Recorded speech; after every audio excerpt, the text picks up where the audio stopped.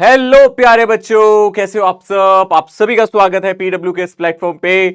मैं आपका टीचर, आपका दोस्त, आपके फिजिक्स का नीट का हमसफर जगजोत सर आज आप लोगों के सामने यहां से फिर से हाजिर हूं लेके लेक्चर नंबर 6 यकीन 5.0 में करंट इलेक्ट्रिसिटी हम लोग शुरू करेंगे। सो स्टूडेंट्स, अब तक के 5 लेक्चर हम लोगों ने कंप्लीट किए हैं। 5 लेक्चर्स में हमने हर वैरायटी के क्वेश्चन कवर किए हैं, डिफरेंट डिफरेंट तरीके के क्वेश्चंस कवर किए हैं। लास्ट टॉपिक जो हम लोगों ने स्टार्ट किया था वो था गैल्वेनोमीटर को एमीटर और वोल्टमीटर में कन्वर्ट करना। हमने एक चीज देखी थी कि जो एमीटर है, रियलिटी में जो एमीटर होता है, जिसको हम आइडियल एमीटर भी कहा करते हैं, उसका रेजिस्टेंस जीरो होता है ना। बट हमेशा जो एमीटर है उसका रेजिस्टेंस जीरो कर नहीं पाएंगे, क्योंकि वो एक डिवाइस है, उसे कुछ करंट तो चाहिए। तो यहां पे हम लोगों ने डिस्कस किया था लास्ट टाइम कि गैल्वेनोमीटर को एमीटर में कैसे कन्वर्ट किया जाए। तो हम वहां शंटिंग करते थे, एक बहुत ही लो रेजिस्टेंस से हम गैल्वेनोमीटर को शंट करते थे और वो कन्वर्ट हो जाता था किसमें, एमीटर में कन्वर्ट हो जाता था। और जब हमें वोल्ट मीटर में कन्वर्ट करना होता था तो हम उस गैल्वेनोमीटर के साथ सीरीज में एक हाई रेजिस्टेंस लगाते थे।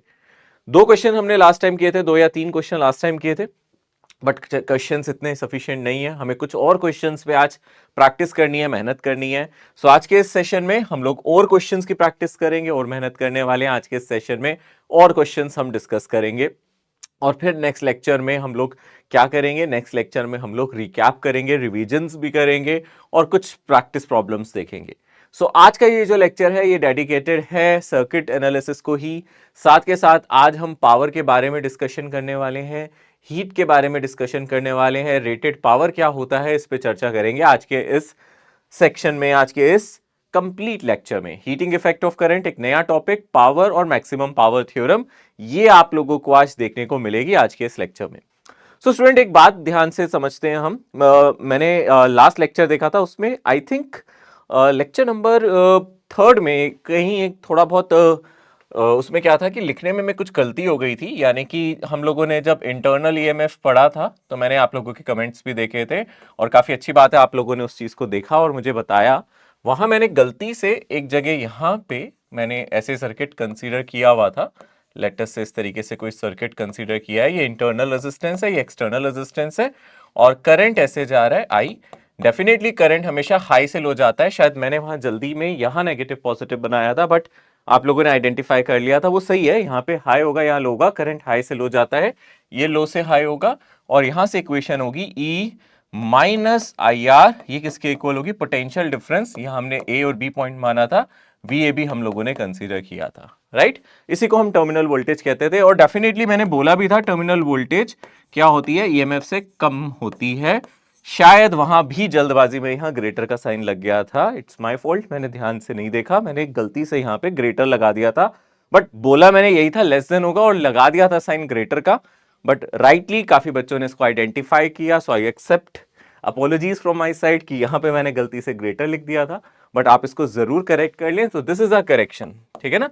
लेक्चर नंबर 3 में थी आई गेस ये करेक्शन, तो आप इसको जरूर मार्क करें। 3 में थी या 4 में थी, आई गेस ये लेक्चर नंबर 4 में थी करेक्शन, 3 में भी नहीं, लेक्चर नंबर 4 में शायद ये करेक्शन आप लोगों को मिल जाएगी। तो आप इसको एक बार सही कर लेना, कोई प्रॉब्लम हो फिर मुझे बता देना। वैसे मैंने कमेंट्स में उन बच्चों का आंसर कर दिया था। ऐसे ही कुछ एक जगह पे 1/R इफेक्टिव की जगह खाली मैंने R इफेक्टिव लिख दिया था, बट आप समझ जाओगे यहाँ R1 R2 and till Rn है, ठीक है ना। बैटरी के कनेक्शन के लिए था जब हम सेल कनेक्ट करते थे, तो बहुत सारे सेल जब हम सीरीज में कनेक्ट करते हैं, नंबर ऑफ सेल्स, शायद वहां मैंने रेजिस्टेंस भी लिख दिया था सेल की जगह, तो आप लोगों ने उसको एनालाइज किया था। थोड़ी भावनाओं को समझाया करो, क्योंकि हम बोल रहे हैं, समझा रखा है मैंने वो ऑलरेडी, बस आपको लिखवाया था, तो आप समझ जाना वो 1/R इफेक्टिव होता है। इतने तो आपको समझदार हो, ये चीज जानते हो, बट स्टिल इसको मैं करेक्ट करा देता हूँ। उस लेक्चर में 2-3 जगह ये गड़बड़ हो गई थी, ठीक है। सो डेफिनेटली ये उन बच्चों के लिए जिन्होंने आइडेंटिफाई किया, करेक्शन मुझे बताया, and I am very Impress कि आप लोग अच्छे से लेक्चर देख रहे हैं शुरू से लेकर लास्ट तक। इससे पता चलता है आप प्रैक्टिस कर रहे हैं, ठीक है। सो आज बढ़ते हैं, क्वेश्चन से शुरुआत करते हैं। लास्ट टाइम हम एमीटर वोल्ट मीटर पढ़ रहे थे, यहां पे उसी से डिस्कशन किया जा रहा है। देखो क्वेश्चन को ध्यान से पढ़े। A millivoltmeter of 25 millivolt range is to be converted into an ammeter of 25 ampere range। यहां पे ऑलरेडी वो कह रहे हैं एक मिलीवोल्ट मीटर है जिसकी 25 मिलीवोल्ट रेंज है। तो मतलब इसको आप गैल्वेनोमीटर की तरह ही कंसीडर कर सकते हो, या फिर कंसीडर कर सकते हो कि ऑलरेडी एक मिलीवोल्ट मीटर है, मतलब एक अप्लायंस है, गैल्वेनोमीटर टाइप ही है, आप इसको मिली वोल्ट मीटर का नाम दे रहे हो, जो ऑलरेडी हम लोगों को समझ में आ रहा है ये वोल्ट मीटर, इसकी जो रेंज है वो 0 से 25 मिली वोल्ट होगी। बात समझ में आती है? 25 मिली वोल्ट मैक्सिमम ये रीडिंग देता है, यानी कि इस पे ये फुल स्केल डिफ्लेक्शन दे देगा। इतनी वोल्टेज पे ये फुल स्केल डिफ्लेक्शन करंट दे देगा। ये बात क्लियर? इतनी वोल्टेज अगर इसको मिल जाए तो फुल स्केल डिफ्लेक्शन करंट दे देगा। ये 25 मिली वोल्ट पे ये फुल स्केल डिफ्लेक्शन दे देगा। ठीक है ना?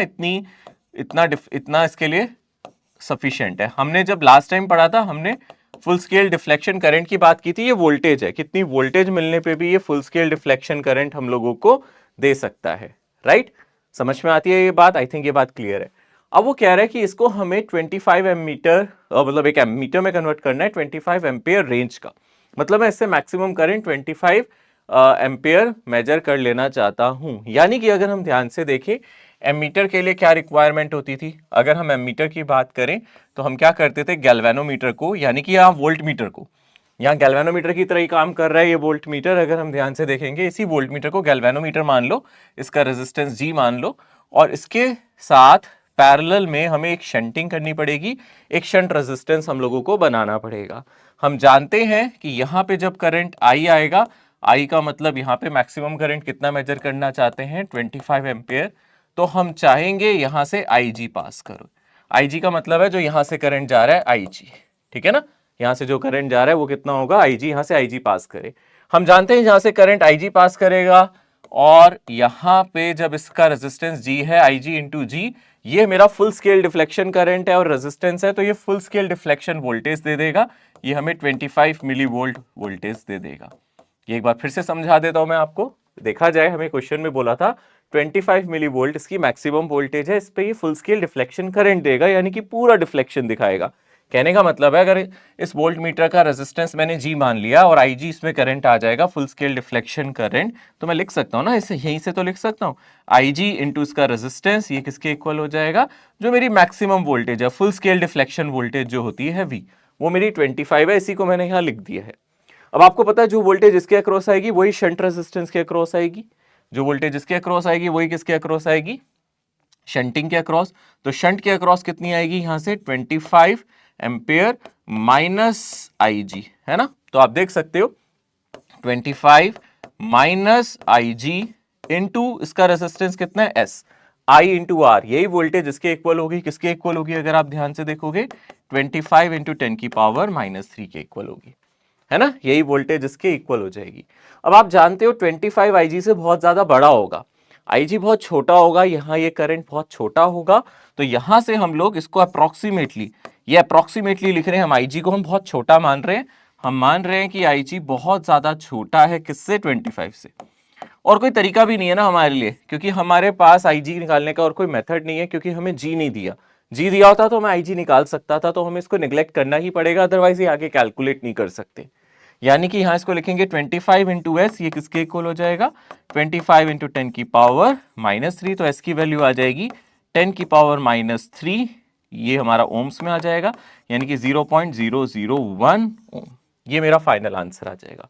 तो जो फाइनल आंसर आएगा 0.001 ओम आएगा। ठीक है? एक बार फिर से ब्रीफ दे देता हूं इसका, बहुत ध्यान से सुनेंगे भाई। यहां पे वोल्ट मीटर पे मैक्सिमम वोल्टेज 25 मिली वोल्ट दी है, देखो क्वेश्चन में दी है, millivoltmeter 25 millivolt range, है ना? यानी कि इस रेंज पे ये मैक्सिमम करंट IG देगा, IG इंटू G V के बराबर हो जाएगा, यानी कि 25 मिली वोल्ट। वही हमने वहां पे लिखा हुआ है। मिली का मतलब 10 की पावर -3। अब अगर आप ध्यान से देखो, करंट अगर टोटल I जाए मतलब 25, तो यहां से IG जाए और यहां से कितना जाएगा, 25 माइनस IG। ऑब्वियसली यहां से जो IG है वो बहुत छोटा है, तो ये जो वोल्टेज है वो इसके इक्वल हो जाएगी, यानी कि ये जो वोल्टेज है 25 माइनस IG इंटू एस, वो इसके इक्वल हो जाएगी, यानी कि 25 इंटू 10 की पावर -3 के।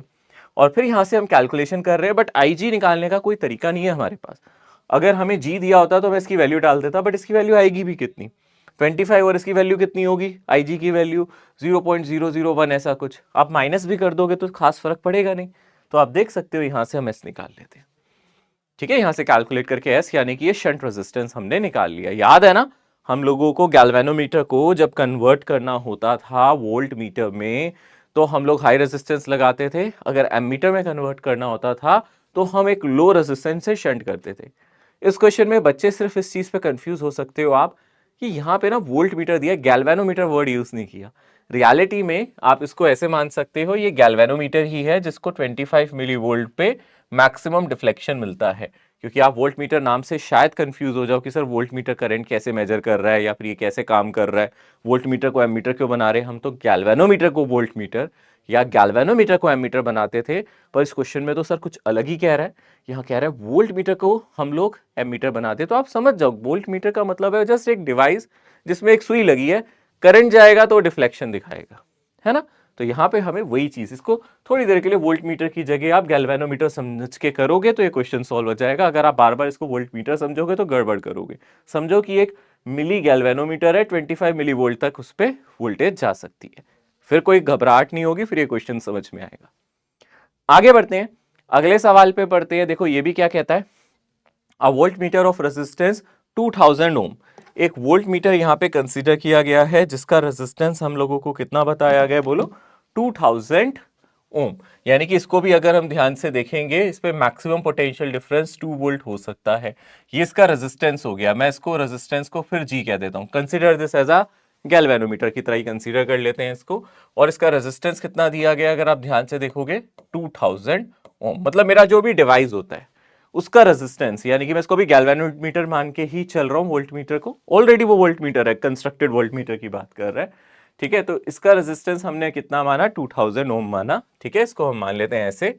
और मैक्सिमम पोटेंशियल यहां कितना हो सकता है, 2 वोल्ट। यानी कि अब आप समझ रहे हो ये क्या है, जैसे पिछले क्वेश्चन में हम लोगों को दिया था रेंज, ये वो है मैक्सिमम वोल्टेज इस पे इतनी आएगी। यानी कि यहां से हम IG निकाल सकते हैं, क्योंकि मैं यहां लिख सकता हूं IG इंटू जी, और वो हम लोगों को दे रखी है 2।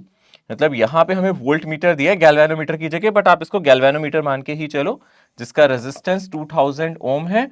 और हमें पता है जब इस पे वोल्टेज कितनी आती है, 2 वोल्ट, तो ये मैक्सिमम डिफ्लेक्शन दिखाएगा। यानी कि 2 वोल्ट पे इसको कितनी इसकी जब वोल्टेज कितनी है 2 वोल्ट, तो इस पे इसको मैक्सिमम करंट मिलेगा। यानी कि IG यहां से निकाल सकते हैं। IG बहुत सिंपली आ जाएगा 2 डिवाइडेड बाई 2000, यानी कि 10 की पावर यहां से कितना आ जाएगा, अगर आप ध्यान से देखोगे -3, ठीक है ना। ये आ जाएगा हमारा, ओके, ये हमारा IG आ गया। अब क्वेश्चन में क्या कह रहा है, if it is has to converted into a voltmeter of 20 volt. अब आप इसको नए वोल्ट मीटर में कन्वर्ट करना चाहते हो 20 वोल्ट। मतलब इसको आप मान के चलो, पहले वोल्ट मीटर नहीं था, मान के चलो पहले गैल्वेनोमीटर था, अब वोल्ट मीटर में इसको कन्वर्ट कर रहे हैं। और जो इसकी नई रेंज है वो 2 वोल्ट से कितनी हो गई है, 20 वोल्ट। तो हम लोगों को क्या करना पड़ेगा, इसके सीरीज में एक रेजिस्टेंस लगाना पड़ेगा। यानी कि galvanometer in series with a high resistance, यानी कि जिसको हम R कह देते थे, ये हमारा G था, ये R था। और हम इसको किसी के क्या लगा देते थे, अपने अप्लायंस के, जो भी हमारा सर्किट में अप्लायंस होता था उसके साथ हम क्या करते थे, पैरेलल में लगा देते थे। और अब जो करंट हमारा आएगा कुछ I आएगा, और यहाँ पे जो वोल्टेज आएगी, अब वो कह रहा है कितनी वोल्टेज मिलेगी मेरी अप्लायंस को, कितनी वोल्ट मिलेगी मेरी, 20 वोल्ट। तो अप्लायंस पे कितनी वोल्टेज हो जाएगी, 20 वोल्ट। और ये मेजर कर सके, यानी कि अप्लायंस पे तो 20 होगी, इस पे कितनी आ जाएगी, अगर हम ध्यान से देखेंगे इस पे मैक्सिमम वोल्टेज होनी चाहिए। जब अप्लायंस पे 20 आए तो ये कितनी फुल स्केल डिफ्लेक्शन दिखाए, यानी कि इस पे मैक्सिमम वोल्टेज कितनी आ जाए, 2 वोल्ट, और R पे आ जाए 18। या फिर आपको जैसे मैंने लास्ट टाइम बताया था, आप ऐसे भी कर सकते हो, ये 20 वोल्ट दोनों पे मिला के आएगी। यानी कि इस पे टोटल वोल्टेज 20 है, और इस पे कितना करंट जाएगा, IG करंट जाएगा। तो यहां से इसको लिख सकते हो IG G प्लस R। यही हमने लास्ट क्लास में किया था, याद है ना। जब भी हम गैल्वेनोमीटर को वोल्ट मीटर में कन्वर्ट करते थे, जो हमें रेंज दी जाती थी वो टोटल वोल्टेज होती थी, जो इस पे प्लस इस पे आती थी, यानी कि IG into G plus R. ये लास्ट टाइम कराया था, एक बार फिर से डेरिवेशन देखना है, ये हमने लास्ट टाइम बताया था। यहां से आप 20 डिवाइडेड बाई IG कर सकते हैं। IG अगर हम ध्यान से देखेंगे वो 10 की पावर -3 है, और G हमारे पास 2000 है, और R हम लोगों को निकालना है। तो यहां से आ जाएगा 20,000 -2000, और ये किसके इक्वल हो जाएगा, R के। यानी कि R की वैल्यू आ जाएगी 18,000 ओम, ठीक है ना। R मेरा यहां से 18,000 आ जाएगा। तो ये मेरा फाइनल आंसर हो जाएगा यहां से, राइट। मैं वैसे और भी तरीके से कर सकता था, एक शॉर्ट ट्रिक और भी थी करने की। इस क्वेश्चन में आप एक चीज समझो ध्यान से, हम चाहते हैं जब मेरे अप्लायंस की जो बात कर रहे हैं, यानी कि ये जो अप्लायंस है इस पे 20 वोल्ट आए, क्योंकि उसने बोला है हमें एक वोल्ट मीटर बनाना है जो 20 वोल्ट तक मेजर कर सके। मैं चाहता हूं जब मेरे अप्लायंस पे मैक्सिमम वोल्टेज 20 वोल्ट हो जाए, उस टाइम ये मुझे फुल स्केल डिफ्लेक्शन दिखाए, यानी कि इस पे वोल्टेज 2 वोल्ट हो, क्योंकि 2 वोल्ट पे ये मैक्सिमम वोल्टेज दिखाता है। तो आप ऐसे भी देख सकते हो, अगर यहाँ 20 है तो यहाँ पे 2 होना चाहिए और बचा कितना 18 इस पे होना चाहिए। आप ऐसे भी सोच सकते हो कि सर इस पे 2 वोल्ट होगी और इस पे 18 वोल्ट होगा ना। फिर आप लोगों को पता है ये दोनों सीरीज में है, सीरीज में हम लोगों को पता है जो रेजिस्टेंस ज्यादा होता है उस पर वोल्टेज ज्यादा होती है। आप 2/18 को यहां से लिख सकते हो G डिवाइडेड बाय R, यहां से भी R आप कैलकुलेट कर सकते हो इजीली, यहां से भी निकाल सकते हो। अगर आपको ये इक्वेशन यूज नहीं करनी है तो ये सीरीज कनेक्शन यूज कर सकते हो। इस पे 2 वोल्ट है, इस पे 18 है। आप जानते हो जब सीरीज में रेजिस्टेंस होते हैं तो हम क्लियरली ये लिख सकते हैं इन सीरीज में मैंने ये वाला फॉर्मूला लगाया है, यहाँ पे V1/V2 हमारा R1/R2 होता है। तो अगर मैं 2/18 करूंगा, 2/18 करूंगा तो इसका resistance G divided by resistance R, यहां से भी आप R कैलकुलेट कर सकते हो। ये भी मेथड है, ये सेकेंड मेथड है, यहां से भी आ जाएगा, है ना। बस यहाँ वैल्यू डाल देना G की 2000, यहाँ आप 2000 डालोगे तो R कितना आ जाएगा, यहां से R आ जाएगा इधर, ये आ जाएगा 18,000, यहां से भी सेम आंसर आएगा, जैसे आपको आसान लगे। अब यहां पे फिर से मैं एक बार दोबारा से उन बच्चों के लिए बता रहा हूं जिन्होंने पहले ध्यान नहीं दिया है, हालांकि ध्यान से समझना चाहिए क्वेश्चन, ध्यान से सुनो। यहां पे पहले से बोला था ये वोल्ट मीटर है, इसको नए वोल्ट मीटर में कन्वर्ट करना है। अब अगर आपको इस चीज से प्रॉब्लम होती है कि सर वोल्ट मीटर को वोल्ट मीटर में कैसे कन्वर्ट करते हैं, हम तो गैल्वेनोमीटर को वोल्ट मीटर में करते थे, तो आप पहले वाले वोल्ट मीटर को गैल्वेनोमीटर की तरह ही मानो, क्योंकि इसकी रेंज कम है, इसको नई रेंज में कन्वर्ट करना है। मतलब मान के चलो वो पहले गैल्वेनोमीटर की तरह काम कर रहा था, अब इसको वोल्ट मीटर में कन्वर्ट करना है। तो अब हम क्या करेंगे, इसके साथ सीरीज में हाई रेजिस्टेंस लगाएंगे, ऐसा ही करते थे ना, वही हमने यूज किया, ठीक है। इसलिए मैंने इसको पहले वोल्ट मीटर बोला ही नहीं, पहले मैंने इसको गैल्वेनोमीटर करा। ऑल्दो यहाँ वोल्ट मीटर लिखा है, मेरे दिमाग में तो यहाँ गैल्वेनोमीटर छप गया कि ये पहले गैल्वेनोमीटर था, वोल्ट मीटर की तरह हमें इसको कन्वर्ट करना है।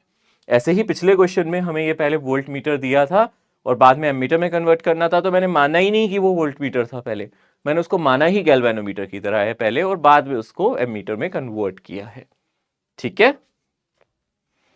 और देखो, if only 1% of the main current is to be passed through galvanometer resistance G, then the resistance of shunt, shunting किस में करते हैं, हम जानते हैं शंटिंग का काम किस में होता है, जब उसको गैल्वेनोमीटर को एमीटर में कन्वर्ट करना हो।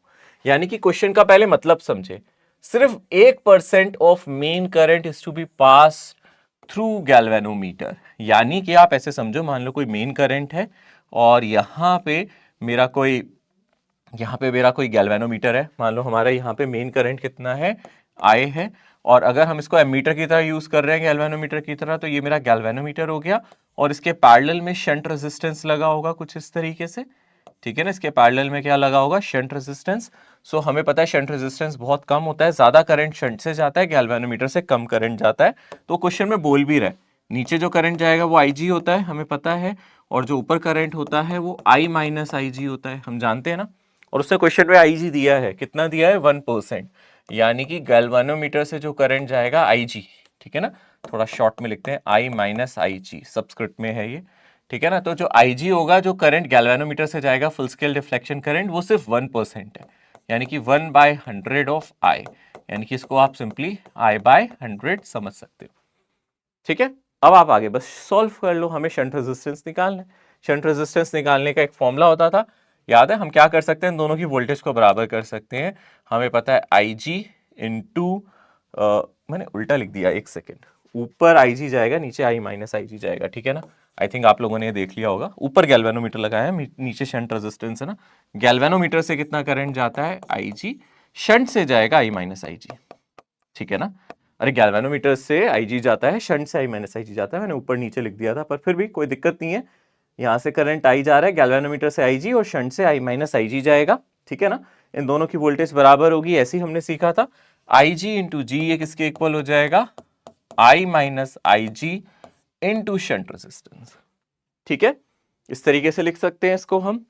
अब अगर हम ध्यान से देखें, यहां पे हम लोगों को पता है हमें शंट रेजिस्टेंस निकालना है, जिसका फॉर्मूला क्या हो जाएगा, IG into G divided by I minus IG। अब क्या करते हैं, आप कहोगे सर आप ज्यादातर क्वेश्चन में IG को निग्लेक्ट कर देते थे, बट यहां नहीं करना है, क्योंकि यहां पे देखो दो ऑप्शंस हैं, ये और ये बहुत क्लोज है, इसका मतलब मुझे यहाँ एग्जैक्ट निकालने की कोशिश करनी चाहिए।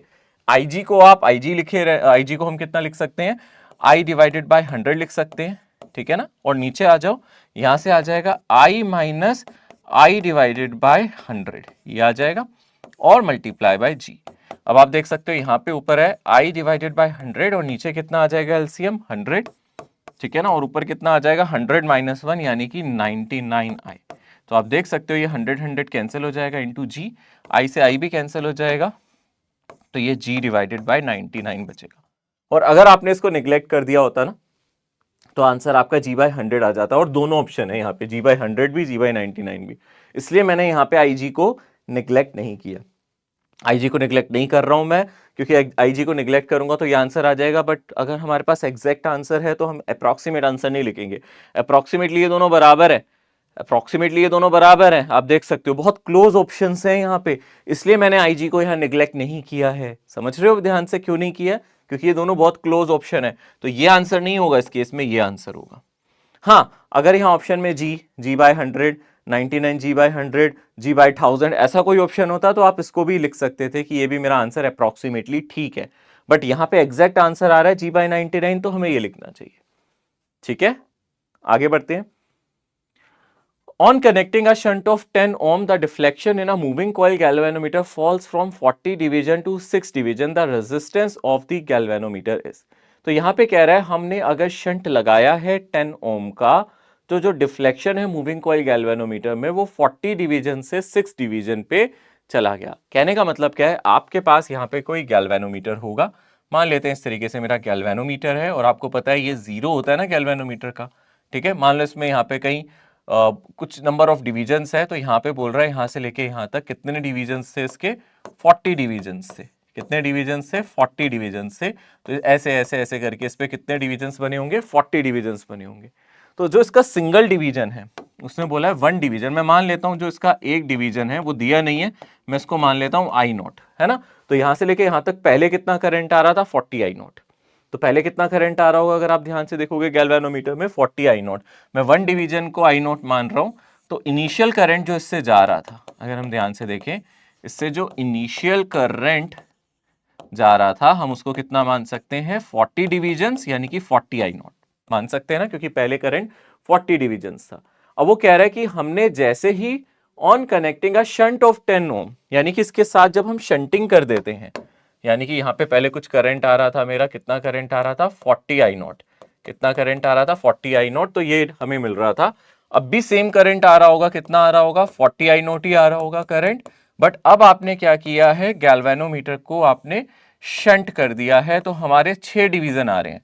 अब सिर्फ 6 डिवीजन आ रहे हैं, यानी कि अगर हम ध्यान से देखें, हमने यहां जैसे ही शंटिंग की, जैसे ही हमने यहाँ पे शंटिंग की, यहां से मेरा आईजी बदल गया, ठीक है ना। आईजी बदल गया मतलब गैल्वेनोमीटर में जो अब करंट जा रहा है वो चेंज हो गया। अब कितना करंट जा रहा है गैल्वेनोमीटर में, फुल स्केल डिफ्लेक्शन करंट नहीं है ये, ठीक है ना। बस मैं ऊपर वाले करंट को आई स्मॉल जी लिख देता हूं, क्योंकि ये फुल स्केल डिफ्लेक्शन करंट नहीं है। वो इस टाइम जो करंट जा रहा है गैल्वेनोमीटर में वो बदल गया है।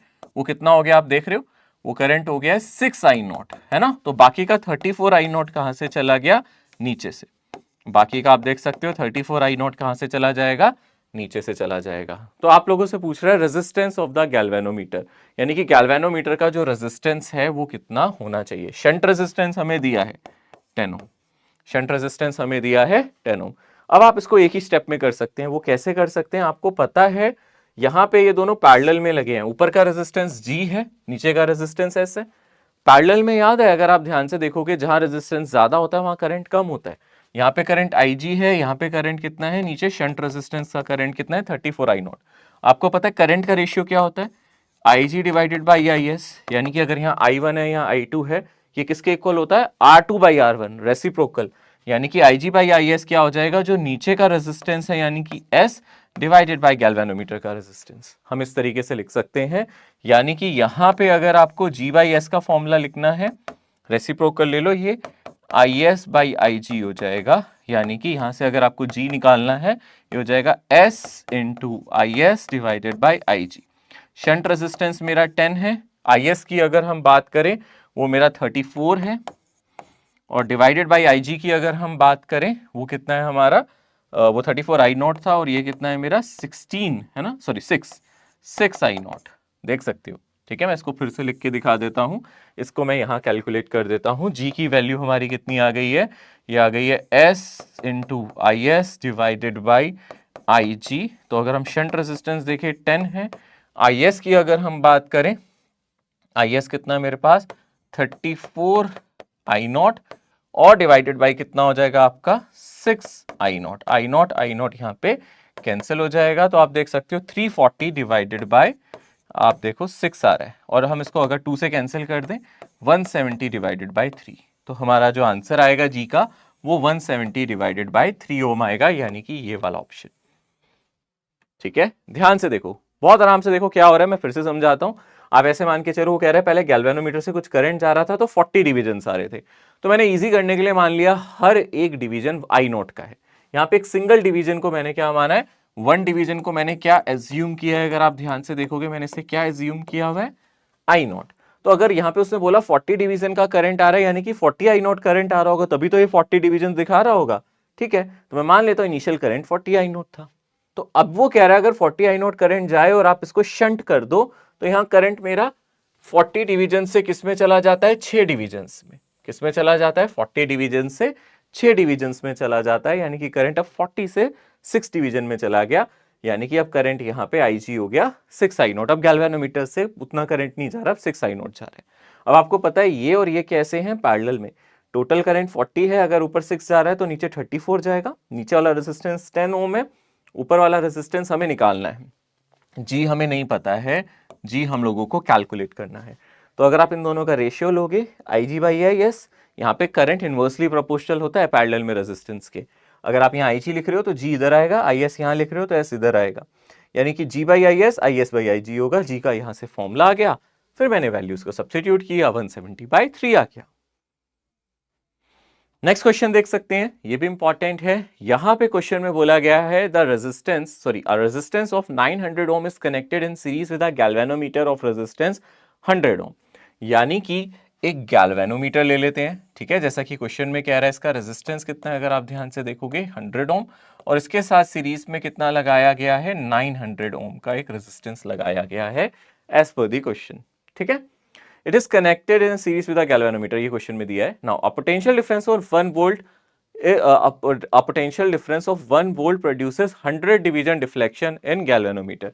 यानी कि यहाँ पे अगर आप एक एक्सटर्नल रेजिस्टेंस ले लो, यानी कि अपना अप्लायंस ले लो, है ना, हमने अपने अप्लायंस को इसके साथ जैसे कि हम करते हैं हमेशा पैरेलल में लगाया, और अप्लायंस पे कितनी वोल्टेज है, 1 वोल्ट है। तो जब आप इस पे 1 वोल्ट दे रहे हो तो मेरे गैल्वेनोमीटर में फुल स्केल डिफ्लेक्शन आ रहा है। जब आप इस पे 1 वोल्ट दे रहे हो तो उसने यही बोला है a potential difference of 1 volt produces 100 divisions। अब मान के चलते हैं 100 divisions मतलब फुल स्केल डिफ्लेक्शन है। कितना डिफ्लेक्शन आ रहा है, 100 वोल्ट्स का डिफ्लेक्शन आ रहा है। ठीक है ना, कितना डिफ्लेक्शन आ रहा है, फुल स्केल डिफ्लेक्शन, यानी कि मान लो 100 डिविजन्स का इस पे डिफ्लेक्शन आ रहा है। तो आप ये मान के चलो जब यहाँ 1 वोल्ट है तो यहाँ पे आपको पता है कितनी वोल्टेज मिलेगी, आप कैलकुलेट कर सकते हो। अगर यहाँ 1 वोल्ट है तो आप निकाल सकते हो यहाँ पे कितनी वोल्टेज मिलेगी। अगर इस पे 1 वोल्ट है तो इन दोनों पे मिला के भी 1 वोल्ट होगी ना, यानी कि आप 1 वोल्ट को क्या लिख सकते हो, याद है, आप लिख सकते हो यहाँ से कुछ करंट है IG, है ना, यहाँ पे कुछ करंट जा रहा है let's say IG multiply by G plus R, यानी कि यहां से आपको IG क्लियरली कितना मिल रहा है, 1 divided by G plus R। G हमारा 100 प्लस 900, यानी कि ये 10 की पावर -3 एम्पियर आ गया। अब आते हैं क्वेश्चन में पूछा क्या गया है। क्वेश्चन में पूछा गया है क्या, क्वेश्चन में एक नाम दिया है फिगर ऑफ मेरिट। अब आप कहोगे सर फिगर ऑफ मेरिट तो हमने कभी सुना ही नहीं, आपने भी नहीं बताया सर फिगर ऑफ मेरिट क्या होता है। तो मान लो अगर आपको नहीं भी पता फिगर ऑफ मेरिट क्या होता है, तो हम ऑप्शंस देखें। ऑप्शंस क्या दिए हैं, ऑप्शंस दिए हैं 10 की पावर -6 एम्पियर पर डिवीजन, इतना एम्पियर पर डिवीजन, इतना एम्पियर पर डिवीजन। यानी कि जो ऑप्शंस है वो हमें बता रहा है करंट पर डिवीजन है, यानी कि हमारा IG तो हमें पता चल गया, गैल्वेनोमीटर से कितना करंट है हमें पता चल गया, वो बताना चाहता है एक डिवीजन पे कितना करंट होगा। यानी कि फिगर ऑफ मेरिट का जो एक्चुअल मतलब होता है, इसका मतलब क्या होता है, इट मींस, ठीक है ना, इसका क्या मतलब है, इट मींस करंट पर डिवीजन, एक डिवीजन में गैल्वेनोमीटर में कितना करंट आएगा। अगर आप ध्यान से देखो हमारा टोटल करंट कितना है, इतना है ना, ये टोटल करंट है। ये 100 डिवीजन्स में आप जानते हो इन 100 डिविजन्स, क्योंकि गैल्वेनोमीटर में हमने 100 डिविजन्स लिए, इन 100 डिवीजन इट कॉरस्पॉन्ड्स टू 10 की पावर -3 एम्पियर। तो एक डिवीजन में कितना करंट आ जाएगा, 10 की पावर -3 डिवाइडेड बाय 100, यानी कि ये हो जाएगा 10 की पावर -5 एम्पियर। ठीक है, तो इसका करेक्ट आंसर क्या आ जाएगा, 10 की पावर -5 एम्पियर पर डिवीजन। हर एक डिवीजन 10 की पावर -5 एम्पियर दिखाएगा। ओके, थोड़े से ट्रिकी, थोड़े से ध्यान से करने वाले क्वेश्चंस होते हैं गैल्वेनोमीटर वाले। इसमें आपको कुछ फॉर्मूलेस याद होने चाहिए और कुछ बेसिक तरीके से करना चाहिए। मैं आपको अभी भी बोल के चलूंगा, अगर आप सिर्फ 2 फॉर्मूले रट के जा रहे हैं और आप एक्सपेक्ट कर रहे हैं एग्जाम में गैल्वेनोमीटर के सारे क्वेश्चंस हो जाएंगे, तो वो गलत है। क्योंकि कई बार वो लैंग्वेज को, शब्दों को तोड़ मरोड़ के इस्तेमाल करता है। मैंने मैक्सिमम क्वेश्चंस यहाँ प्रैक्टिस करा दिए हैं और डीपीपी में मैंने कुछ क्वेश्चंस रखे हैं जो अच्छे हैं। सो आप लोगों को बस क्या करना है, आपको ज़्यादा मेहनत नहीं करनी, इसके अलावा नहीं कुछ करना। जितने क्वेश्चंस मैं क्लास में कराता हूँ, जितने क्वेश्चंस मैं डीपीपी में करा रहा हूँ गैल्वेनोमीटर के as an ammeter voltmeter वाले, आप इनको कर जाओ। इससे रिलेटेड हर सवाल आपको एग्जाम में मिल जाएगा, मतलब इससे बाहर ज़्यादा नहीं कुछ आ सकता। ठीक है ना, मतलब मैंने कोशिश की है कि सारे सवाल अपने हिसाब से आपको करा दूं, ताकि आपने हर वैरायटी का एक बार क्वेश्चन कराओ, एग्जाम में से आएगा तो इनमें से ही कोई एक फंस जाएगा, ज़्यादा बाहर नहीं आएगा। ठीक है ना, वैसे कोशिश तो यही रहती है एग्जामिनर्स की, वो ज्यादा मुश्किल ना पूछे, बट फिर भी हम लोग इतने क्वेश्चंस कर लेंगे तो बहुत होगा। तो डीपीपी जरूर करनी है इसकी। ओके, नेक्स्ट टॉपिक है हीटिंग इफेक्ट ऑफ करंट। भाई हम सभी ने ये चीज महसूस की है जब हमारे घर में कुछ अप्लायंसेस चलते हैं। मान लो हमारा फोन है, अगर हम अपने फोन को भी ऑपरेट करते हैं, थोड़ी देर बाद वो गर्म हो जाता है ना। या फिर और अप्लायंसेस की बात करो, घर में टेलीविजन है, या फिर आप लैपटॉप पे काम करते हो, आप डिफरेंट इलेक्ट्रिकल या इलेक्ट्रॉनिकल जो भी आप अप्लायंसेस की बात कर रहे हो, जिनमें भी करंट जाता है, आपने देखा है उसमें हीट जनरेट जरूर होती है ना, गर्म जरूर हो जाता है ना। यहाँ हीटिंग इफेक्ट ऑफ करंट में यही पढ़ना है कि करंट जब किसी अप्लायंस से फ्लो करता है तो वहां हीट जनरेट होती है। हीट जनरेशन का जो मेजर कॉज है वो है उसके अंदर रेजिस्टेंस का प्रेजेंस होना। यानी कि ड्यू टू द रेजिस्टेंस, जो भी अप्लायंसेस के अंदर रेजिस्टेंस होता है, या फिर अगर आप एक सिंपल वायर की भी बात करो, अगर आप करंट एक वायर में फ्लो करो तो वायर भी गर्म हो जाएगी। तो आप अगर वायर की बात करो, अप्लायंसेस की बात करो, उनके अगर अंदर रेजिस्टेंस है और अगर उनसे करंट फ्लो कर रहा है तो वो हीटअप जरूर होंगे। ठीक है ना, आप इस चीज को याद रखना। Any appliance have resistance, any appliance, अभी हम डीसी करंट की बात कर रहे हैं, ऑल्टरनेटिंग करंट में हम रेजिस्टेंस की जगह कैपेसिटेंस वगैरह की बात भी करेंगे, बट जो हीटिंग इफेक्ट है वो किसकी वजह से आता है, वो रेजिस्टेंस की वजह से ही आता है। तो any appliance with some resistance,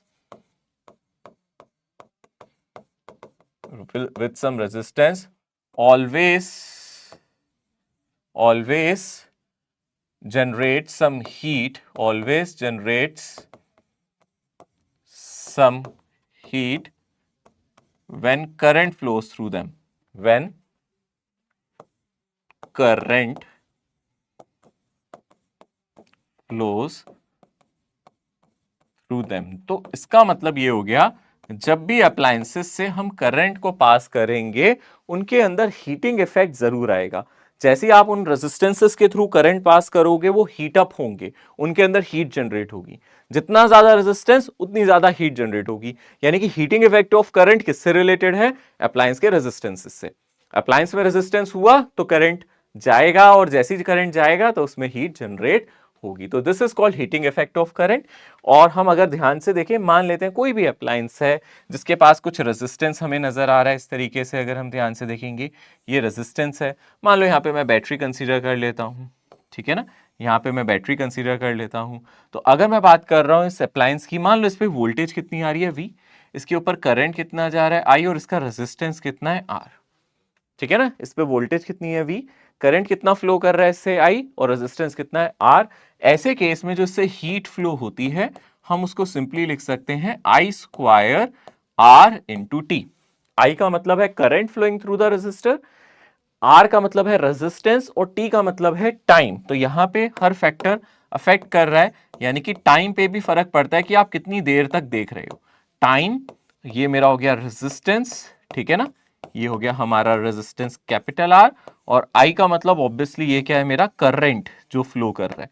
तो इन तीनों पे डिपेंड करता है कि हीट जनरेट कितना होगा। तो हीट जो जनरेट होगा इन तीनों फैक्टर्स पे अच्छे से डिपेंड करता है। This is known as Joule's law of heating, इसी को हम जूल्स लॉ ऑफ हीटिंग भी कहते हैं। This is called joules law of heating, जो कि क्लियरली आपको यही बता रहा है कि यहां पे जो हीट है वो प्रोपोर्शनल है। यहां पे जो मेरी हीट है it is proportional to square of current, it is proportional to यहां से क्या आ जाएगा रेजिस्टेंस, और अगर हम ध्यान से देखें it is proportional to time for which heat is flowing. इसी को Joule's of law of heating कहते हैं, जो आप लोग क्लास 10th में भी पढ़ते हैं। ये हमारा हीट का फॉर्मूला हो गया। इसके अलावा अगर हम ध्यान से देखेंगे और भी फॉर्मूलाज होते हैं, और भी फॉर्मूलाज होते हैं, यानी कि ये तो हमारा सिंपल फॉर्मूला हो गया। हीट की यूनिट तो आप जान से देख ही सकते हो, और भी फॉर्मूलाज पे चर्चा करेंगे। पर अगर आपसे मैं ऐसा यूनिट पूछूं उसमें कोई बड़ी प्रॉब्लम नहीं है, क्योंकि ऐसा यूनिट यहाँ हीट है। हीट इज एनर्जी, ये है क्या, अगर हम ध्यान से देखेंगे एनर्जी है, यानी कि इसकी जो ऐसा यूनिट होगी वो क्या होगी, जूल होगी। ठीक है ना, इसकी ऐसा यूनिट क्या होगी, जूल्स होगी। और अगर हम बात करें इसको हम कैपिटल जे से लिख सकते हैं, डायमेंशन में भी कोई दिक्कत नहीं है। इसकी डायमेंशन क्या हो जाएगी, ml स्क्वायर t माइनस 2। ठीक है ना, यहां से इसकी आप डायमेंशन भी निकाल सकते हो, ml स्क्वायर t माइनस 2 इसकी डायमेंशन हो जाएगी। ये हमारी कैसी क्वांटिटी है, स्केलर है, क्योंकि एनर्जी हमारी स्केलर क्वांटिटी होती है। ठीक है, ओके। और फॉर्मूलास भी होते हैं, अदर फॉर्मूलास अगर हम बात करें, और कब कौन सा फॉर्मूला यूज करना चाहिए उस पर भी चर्चा करते हैं। अदर फॉर्मूला, ठीक है ना, इसी के और फॉर्मूलास पे, इसके और भाई बहन पे डिस्कशन करेंगे, और कौन से फॉर्मूलास हैं जो इससे रिलेटेड हैं। अगर हम बात करें, हम डिस्कशन कर रहे हैं, हम चर्चा कर रहे हैं हीट पे। जो भी चर्चा हो रही है यहाँ पे किस पे हो रही है, बोलो, हीट पे चर्चा की जा रही है। हीट पे कर रहे हैं ना, एकदम हीटेड टॉपिक है ये। अगर हम ध्यान से देखें, हमने अभी जो सबसे पहले फॉर्मूला पढ़ा वो क्या पढ़ा, हमने पढ़ा यहां से हम हीट को क्या लिख देंगे, आई स्क्वायर आर टी। ये फॉर्मूला यूजफुल होता है अगर आप लोगों को करंट पता है, रेजिस्टेंस पता है, टाइम पता है। या फिर इसका मेजर एप्लीकेशन ये होता है जब मान लो आपके पास रेजिस्टर सीरीज में हो और अगर आपको उनकी हीट कंपेयर करनी है।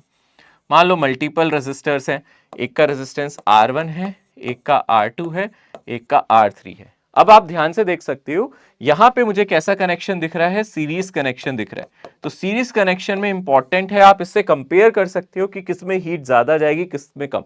यानी कि अगर आपको क्वेश्चन में कंपैरिजन ऑफ हीट आए, है ना, अगर आप लोगों से बोले कंपैरिजन करना है, आपको हीट को कंपेयर करना है, तो आप थोड़ा ध्यान दें कौन सी वाले फॉर्मूले को कब यूज करना है। पहला फॉर्मूला ये जो हमने जूल्स लॉ ऑफ हीटिंग से पढ़ा था, ये ऑब्वियसली तब भी यूज हो सकता है अगर आपको कोई रेजिस्टेंस पे करंट पता हो, उसका टाइम पता हो, और आपको क्या पता हो, रेजिस्टेंस, करंट और टाइम तीनों पता हो, तो यूज कर सकते हैं। इसके अलावा अगर आपको 3 रेजिस्टेंस सीरीज में दे तो आप एक चीज कह सकते हैं, चाहे आपको करंट पता हो या ना पता हो, आप डेफिनेटली कह सकते हैं करंट क्या रहेगा, सेम रहेगा तीनों में। ठीक है ना, और सेम टाइम के लिए करंट फ्लो भी करेगा, तो करंट भी सेम रहेगा तीनों पे, टी भी सेम रहेगा। तो यहां पे मैं लिख सकता हूं कि H सिर्फ प्रोपोर्शनल होगा R पे। यानी कि अगर इस पे हीट जा रही है H1, इस पे हीट रिलीज हो रही है H2, इस पे हीट रिलीज हो रही है H3, ये कुछ हीट रिलीज कर रहा है H1, ये H2 और ये H3, तो डेफिनेटली अगर हम कहते हैं if R1 greater than R2 greater than R3, तो H1 क्या होगा, greater than H2 greater than H3। यानी कि जो रेजिस्टेंस बड़ा होगा वो ज्यादा हीट लॉस करेगा।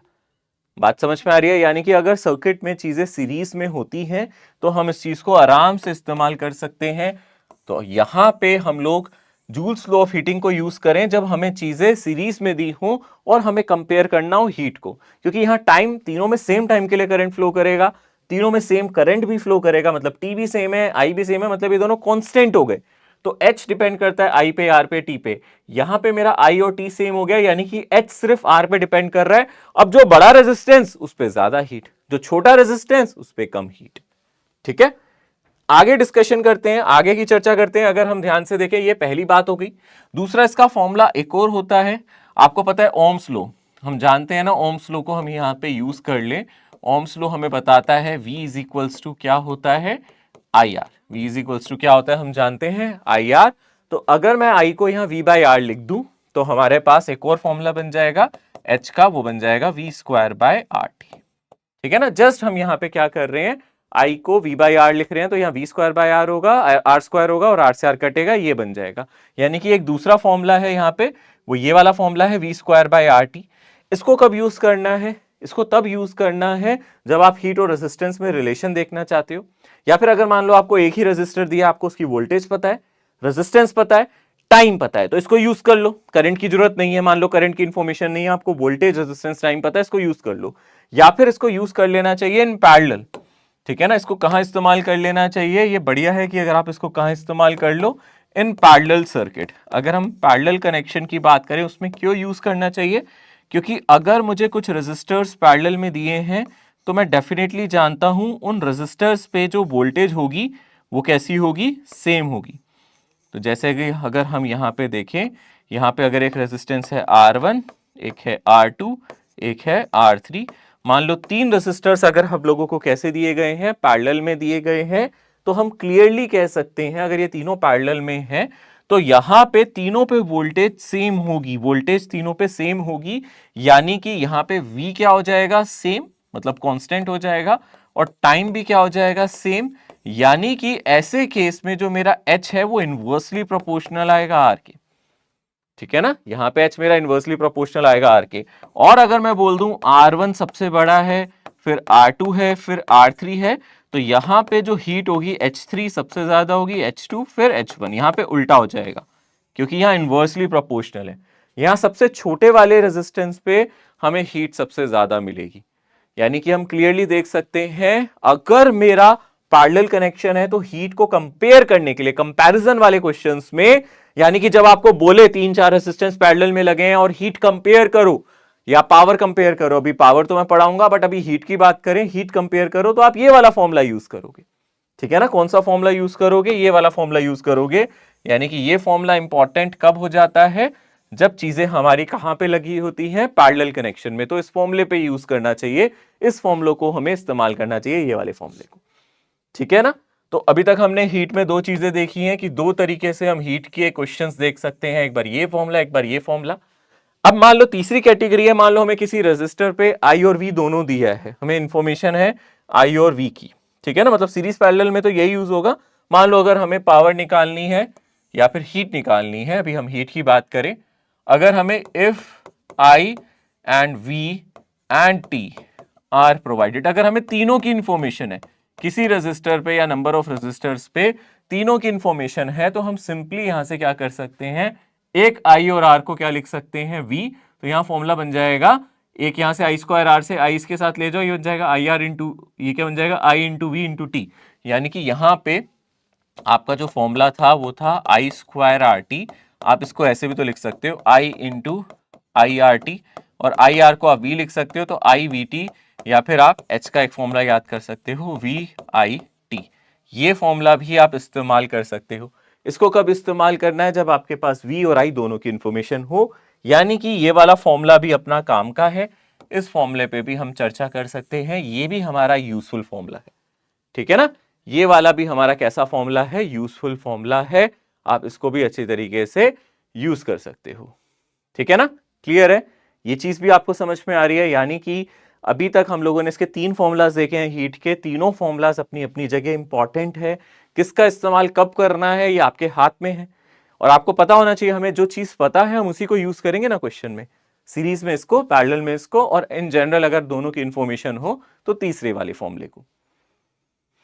देखो यहां पे एक क्वेश्चन दिया गया, इस क्वेश्चन को समझने की कोशिश करें। अ heater coil is cut into 2 parts of equal length, one of them is use in heater. तो उसने बोला एक हीटर कॉइल को इक्वल पार्ट्स में कट कर दिया गया है, तो मान लेते हैं एक हीटर है वो एक कॉइल से बना, ऐसे कोई कॉइल ले लेते हैं, इसकी कुछ लेंथ होगी, है ना, हीटर कॉइल है, इसकी कुछ लेंथ होगी, कुछ लंबाई होगी L, इसका कुछ रेजिस्टेंस होगा R।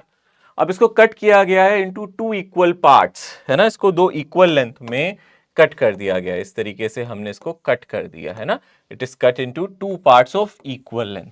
तो आप जानते हो ये दोनों पार्ट्स जो हमारे कंस्ट्रक्ट होंगे, जो दोनों पार्ट्स आएंगे, इनका रेजिस्टेंस क्या होगा, ये दो पार्ट्स में कन्वर्ट हो गया ना, दो कॉइल्स में हो गया, तो इसका रेजिस्टेंस R/2, इसका भी R/2, क्योंकि इसकी जो लेंथ है वो L/2 हो गई, ठीक है ना, इसकी लेंथ L/2 हो गई और इसकी भी L/2 हो गई, तो अगर आपकी लेंथ हाफ हो गई है तो आपका रेजिस्टेंस भी हाफ हो जाएगा। अब वो बोल रहा है one of them is used in the heater, the ratio of heat produced by this half coil to that of the original. तो पहले केस में कितनी हीट जनरेट होती, यहां पे कितनी हीट जनरेट होती, अगर मैं H1 की बात कर रहा हूं यहां पे जनरेट होती हमारी क्या, हम इसको कुछ वोल्टेज दे रहे होंगे, है ना, हम इसको किसी के साथ कनेक्ट कर रहे होंगे, कुछ वोल्टेज दे रहे होंगे, ऐसे में मैं क्या कांस्टेंट मानूंगा, वोल्टेज, क्योंकि कॉइल को किसी वोल्टेज से, किसी बैटरी से तो कनेक्ट करा जाएगा, यानी कि आप यहां पे V सेम रखोगे, V कांस्टेंट रखोगे इस क्वेश्चन में, करंट नहीं। ऐसा क्यों कह रहा हूं मैं, क्योंकि अगर आप किसी कॉइल को यूज कर रहे हो या अपने घर में कोई अप्लायंस यूज कर रहे हो तो हमारे घर में जो वोल्टेज है वो फिक्स होती है, करंट बदल सकता है, रेजिस्टेंस पे डिपेंड करता है, बट जो वोल्टेज है वो आपने फिक्स रखी है यहाँ पे, यानी मान लो कोई V वोल्टेज दी है तो हमें कितना हीट मिलेगा, आप यहां से फॉर्मूला यूज कर सकते हो, V² divided by R into T, ठीक है ना।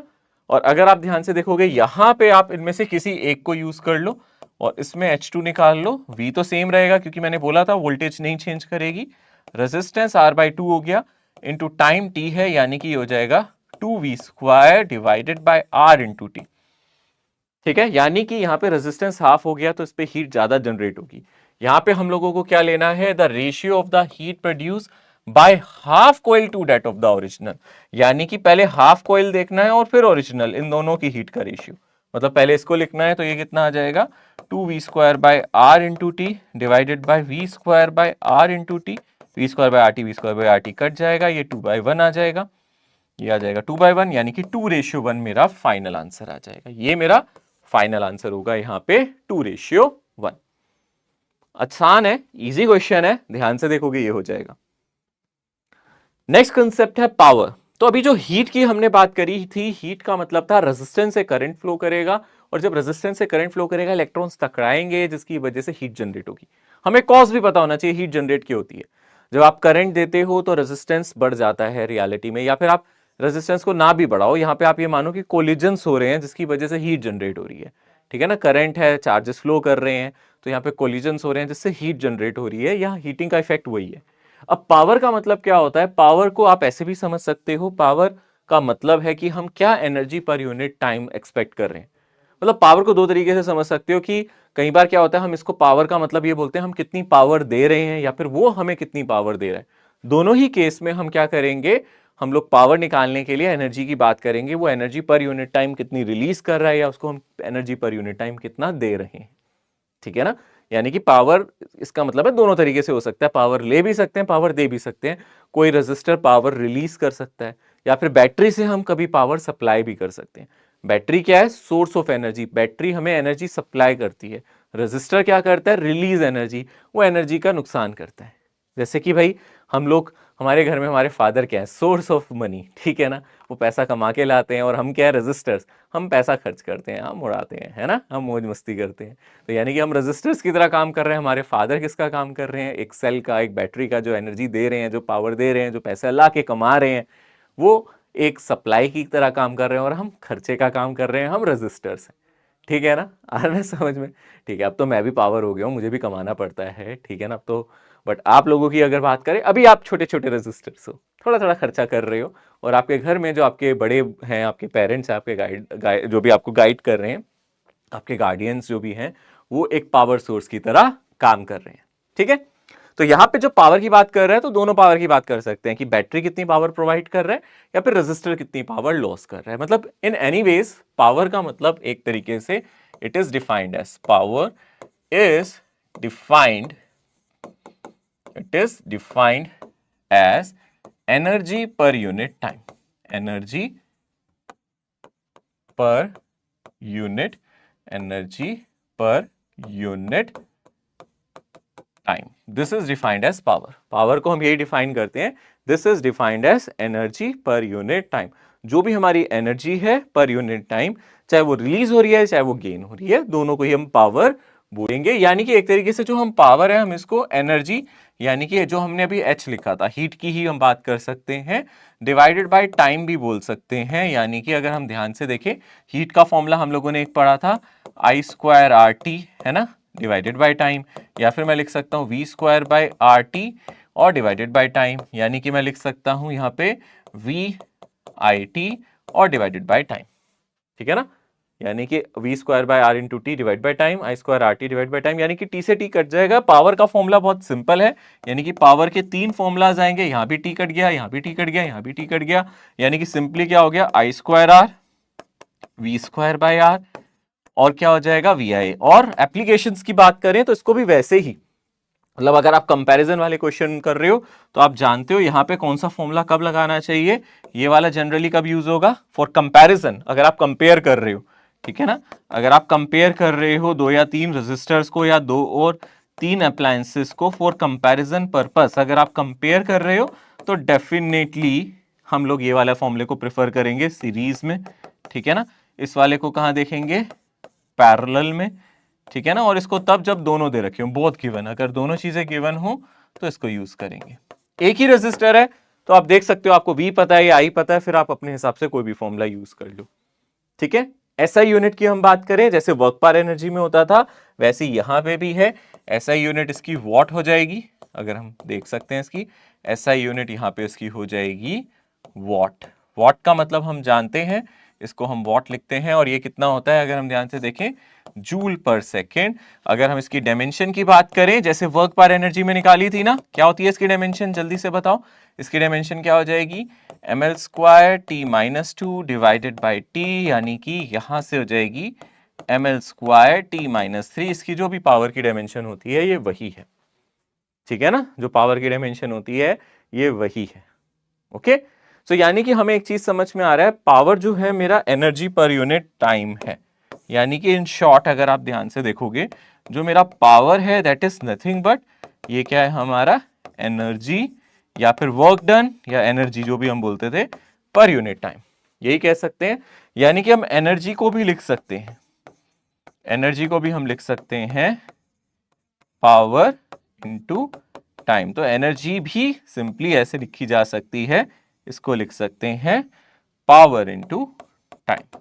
ओके, यहां से एनर्जी की एक कमर्शियल यूनिट भी बनती है, मैं आपको बता देता हूं, जो भी अभी हमने पढ़ा एसआई यूनिट है, कभी कभी आपसे बोल देता है कमर्शियल यूनिट ऑफ एनर्जी, जो क्लास 10th में आप लोगों से क्वेश्चन पूछा जाता था ज्यादातर, कमर्शियल यूनिट ऑफ एनर्जी, यानी कि जिसको हम घर में इलेक्ट्रिसिटी की यूनिट भी कहते हैं, घर में इलेक्ट्रिसिटी यूनिट बोलते हैं ना, 1 यूनिट 2 यूनिट, एक तरीके से कमर्शियल यूनिट ऑफ एनर्जी की अगर हम बात करें, वो क्या है, कमर्शियल यूनिट ऑफ एनर्जी कैसे आई है, कमर्शियल यूनिट ऑफ एनर्जी है, दिस इज कमर्शियल यूनिट। अगर हम बात करें तो मेरी जो कमर्शियल यूनिट है, 1 कमर्शियल यूनिट का मतलब होता है 1 किलो, किलो का मतलब 10 की पावर 3 है ये किलो, ठीक है ना, वॉट आवर, यानी कि 1 किलो वॉट आवर, ये हमारी कमर्शियल यूनिट है एनर्जी की। तो इसका मतलब है 1 कमर्शियल यूनिट का मतलब हो जाएगा 1 इंटू 10 की पावर 3, वॉट को ऐसे लिखे रहने दो, और एक आवर में आपको पता है 3600 सेकेंड्स होते हैं, एक घंटे में 3600 घंटे होते, 3600 सेकेंड होते हैं। तो आप इसको क्या लिख सकते हो, 3600 इंटू 10 की पावर 3, और ये बन गया मेरा वॉट सेकेंड। वॉट सेकेंड को जूल बोल सकते हो, इसको 3.6 इंटू 10 की पावर 6 जूल्स बोल सकते हो। तो ये मेरी एक कमर्शियल यूनिट हो जाती है, 1 कमर्शियल यूनिट जो है मेरी वो इतने जूल्स है, ठीक है ना। तो यानी कि आप ये कन्वर्जन याद रख सकते हो, एक कमर्शियल यूनिट इतने जूल होता है। तो अगर आपके पास एनर्जी जूल्स में है, अगर आप कमर्शियल यूनिट में कन्वर्ट कर रहे हो तो इससे डिवाइड करना पड़ेगा। यानी कि अगर आपको कन्वर्जन याद रखना है कि सर क्या कन्वर्जन यूज करते हैं हम एग्जाम्स में, अगर कोई क्वेश्चन आता है, यानी कि अगर हम किस में जाना चाहते हैं, अगर हम कमर्शियल यूनिट से किस में जाना चाहते हैं, अगर हम कमर्शियल यूनिट से जाना चाहते हैं एसआई यूनिट में, तो हमें क्या करना चाहिए, कमर्शियल यूनिट से एसआई यूनिट में जाना चाहिए। मान लो एक्स कमर्शियल यूनिट्स हैं, एक्स यूनिट्स हैं, तो आप इसको क्या बोल सकते हो, X unit is equals to X into 3.6 into 10 की पावर 6 जूल। यानी कि यहां पे हमें मल्टीप्लाई करना है, यहां पे हमें क्या करना है, मल्टीप्लाई बाय 3.6 इंटू 10 की पावर 6 करना है। तो अगर हमें दे रखा है 100 कमर्शियल यूनिट्स हैं और आप उसको किस में कन्वर्ट करना चाहते हो, ऐसा यूनिट में, तो 3.6 इंटू 10 की पावर 6 से मल्टीप्लाई कर दो। और उल्टा भी है, अगर हम ध्यान से देखेंगे, अब कन्वर्जन ये मेरा पहला हो गया, सेकंड कन्वर्जन क्या हो गया मेरा, यहां पे हम किस में जाना चाहिए, एसआई यूनिट से, यहां से हम जा सकते हैं एसआई यूनिट से, अगर हम कमर्शियल यूनिट में जाना चाहें, ठीक है ना। एसआई यूनिट से अगर आप कमर्शियल यूनिट में जाना चाहते हो तो आपको क्या करना चाहिए, डिवाइड करना चाहिए। यानी कि मान लो एक्स जूल्स ऑफ एनर्जी है, अगर आप इसको एसआई यूनिट में है, ये एसआई यूनिट में, तो आप इसको लिख सकते हो x divided by 3.6 into 10⁶ kilowatt hour. यानी कि इसको आप लिख सकते हो इनटू यूनिट्स, आप ऐसे लिख सकते हो, यूनिट का मतलब ही किलोवाट आवर है। ठीक है ना, आप इस तरीके से कन्वर्जन कर सकते हो। तो कमर्शियल यूनिट और एसआई यूनिट में ये रिलेशन है। ठीक है ना, कमर्शियल यूनिट और एसआई यूनिट में एक रिलेशन है। जैसे कि 10th में भी क्वेश्चन आ जाते थे, मैंने देखा 12th में इस तरीके के क्वेश्चन बहुत कम पूछे हैं उसने, या फिर आप लोगों के इन एग्जामिनेशन में इस तरीके के कम पूछे हैं कमर्शियल यूनिट से। फिर भी मैं सिर्फ एक एग्जांपल दूंगा ताकि आपको याद आ जाए। आप बहुत बार ऐसे क्वेश्चंस कर चुके होते हो, पर ठीक है, नहीं भी याद तो आपको याद आ जाएगा। एक बार एक एग्जाम्पल बता देता हूं मैं। फॉर एग्जाम्पल एक छोटा सा एग्जाम्पल दे देता हूं। मान लो कि मैंने आपको एक एग्जाम्पल दिया कि यहां पे एक रजिस्टर है, ठीक है ना। मान लो इसका रेजिस्टेंस है हमारा 10 ओम, इसमें हम बोल रहे हैं 2 आवर्स के लिए क्या जा रहा है, करंट जा रहा है। कितना करंट जा रहा है, मान लो हमें करंट पता है यहाँ पे 5 एम्पियर करंट है, 2 आवर्स के लिए जा रहा है। तो आप बता सकते हो यहाँ पे आपकी एनर्जी कितनी कंज्यूम होगी। अगर आप एनर्जी या हीट एनर्जी की बात करोगे तो आप लिख सकते हो यहाँ पे कितना, आई स्क्वायर आर टी यूज कर सकते हो। तो आई स्क्वायर कितना हो जाएगा 25, रेजिस्टेंस कितना है 10, और टाइम कितना है अगर आप ध्यान से देखोगे यहाँ पे 2 आवर है। ठीक है ना, देखो मैं इसको आवर में ही रखता हूँ, इसको 2 आवर रखता हूँ, और मैं इसको पूरे को किससे डिवाइड कर देता हूँ, 1000 से। क्यों किया है, अगर आप ध्यान से देखोगे 1000 से क्यों डिवाइड किया है, मैं इसको किलोवाट आवर में कन्वर्ट करना चाहता हूँ। मैं करंट एम्पेयर में ले रहा हूँ, रेजिस्टेंस ओम में ले रहा हूँ, टाइम को मैं आवर में ले रहा हूँ, और 1000 से डिवाइड कर रहा हूँ। 1000 से डिवाइड करने का मतलब है मैं इसको किलो में कन्वर्ट कर रहा हूँ, और ये मेरा किस में हो जाएगा, अपना आप ही देखो, आवर में। यानी कि आप इसको देख सकते हो ये किस यूनिट में आएगा, ये कौन सी यूनिट आ गई है, किलोवाट आवर यूनिट में लिखा है मैंने। करंट मेरा ऐसा यूनिट में ही रखना है, यहाँ पे रेजिस्टेंस को मैंने ओम में ही रखा है, टाइम को मैंने क्या रखा है, आवर में, और 1000 से एक्स्ट्रा डिवाइड कर दिया। ठीक है ना, या फिर आप इसको जूल में निकाल के 3.6 इंटू 10⁶ से डिवाइड कर सकते थे, वो भी एक तरीका है, वो भी एक तरीका है। बट उसके लिए आपको पहले इसको सेकंड में कन्वर्ट करना पड़ेगा, फिर आप उसको डिवाइड करोगे तो लंबा हो जाएगा। तो आप डायरेक्टली कर सकते हो, टाइम को आवर में रखो, रेजिस्टेंस को ओम में रखो, करंट को एम्पेयर में रखो, और 1000 से डिवाइड कर दो, ये अपना आप आपका किलोवाट आवर में आ जाएगा। मान लो ये कितना आ गया, अगर हम ध्यान से देखेंगे ये हमारा कितना आ गया, यहां से अगर हम ध्यान से देखेंगे एक जीरो से एक जीरो कटा, ये 25 है, ये आ गया 4, है ना। तो ये 2, ये आ गया 0.5, ये कितना आ गया आप देख सकते हो 0.5 किलोवाट आवर। ठीक है ना, कितना आ गया 0.5 किलोवाट आवर। फिर से देख सकते हो, 0 से 0 कटा, 25 और नीचे 4 आ गया, 2 और नीचे 2, 1/2 यानी कि 0.5। मान लो अब क्वेश्चन में आपको दिया जाए if rate per unit, if rate of 1 unit, question में जैसे हमारे घर में इलेक्ट्रिसिटी बिल आता है ना, वो हमें दे रखा है ₹8, हमारे एक यूनिट का रेट दे रखा है 8, कैलकुलेट इलेक्ट्रिसिटी बिल। ठीक है, यहां पे वो क्वेश्चन बोल दे कैलकुलेट इलेक्ट्रिक बिल, कितना हमारा बिल आएगा, इसमें इलेक्ट्रिक बिल कितना आएगा। तो इसका मतलब क्या है, आपको बता दिया गया है एक यूनिट 8 रुपए की है, तो ये हमारा कितना बिल देगी, इससे हमें कितना बिल आएगा। तो यानी कि अगर हम ध्यान से देखेंगे यहाँ पे, अगर हम बिल कैलकुलेट करना चाहते हैं या फिर रुपीस कैलकुलेट करना चाहते हैं, जो भी आप total rupees, total bill calculate करना चाहते हो, तो आपको नंबर ऑफ यूनिट्स, जितनी आपकी यूनिट्स हैं उसमें आपको ये रेट से मल्टीप्लाई करना पड़ेगा, जो भी आपको रेट दिया जाएगा। यानी कि कितना पर यूनिट है, रेट ऑफ 1 यूनिट, यानी कि 8 पर यूनिट, ये हमें रेट दिया हुआ है ना। तो आप कर सकते हो यहाँ पे 0.5 इंटू 8 यानी कि 4 रुपए, सिर्फ इससे 4 रुपए का खर्चा आएगा। यानी कि ऐसा अप्लायंस जिसका 10 ओम रेजिस्टेंस है ना, यानी कि ऐसा अप्लायंस जिसका रेजिस्टेंस कितना है, अगर हम ध्यान से देखेंगे 10 ओम है। ठीक है ना, एक ऐसा अप्लायंस जिसका अगर हम ध्यान से देखेंगे 10 ओम रेजिस्टेंस है, वो हमें कितना इलेक्ट्रिसिटी कॉस्ट करेगा, वो हमें कितना बिल में कॉस्ट करेगा, वो हम यहां से देख सकते हैं। ठीक है ना, 2 घंटे चलने के लिए ये हम लोगों को कन्वर्जन दिया गया है कि अगर वो 2 घंटे चलेगा तो ये कितना खर्च करेगा। ओके, ठीक है, समझ में आ रहा है अच्छी तरीके से। आई थिंक ये क्लियर हो गया होगा, अब आप लोगों को अच्छे से समझ में आ गया होगा, इसमें कोई डाउट नहीं है, कोई प्रॉब्लम नहीं है किसी को। ठीक है, देख सकते हो ना, कोई प्रॉब्लम नहीं है ना, आगे बढ़े। नेक्स्ट क्वेश्चन क्या है, इस क्वेश्चन को ट्राई करो। ठीक है, इस क्वेश्चन को ट्राई करो। जल्दी से इसको ट्राई करो, सभी को देखना है।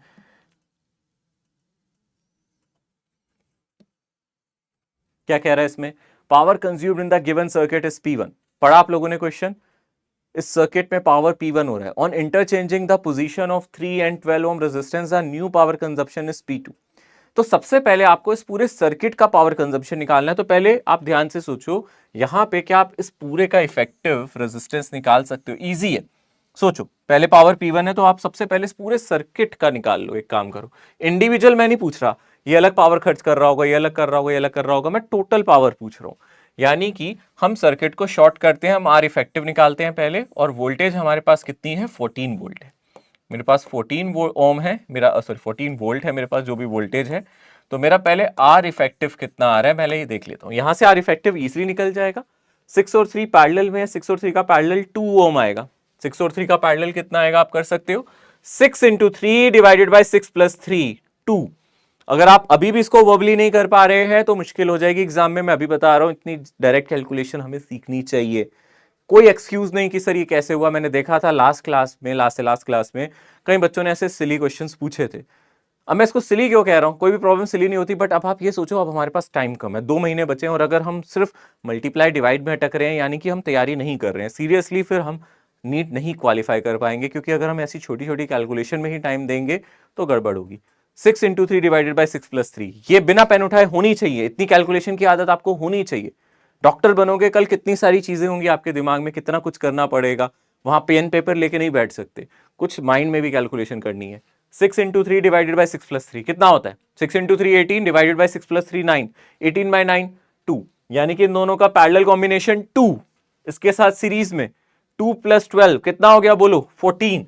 यानी कि मैं आर इफेक्टिव देख सकता हूं 14 ओम, डायरेक्ट लिखूंगा मैं अब यहां पे 14 ओम। वोल्टेज मेरी 14 वोल्ट है, रेजिस्टेंस मेरा 14 ओम है। ठीक है, यहां पे अगर मैं पावर P1 की बात करूं तो मैं लिख सकता हूं V स्क्वायर बाय R1, लिख सकता हूं ना।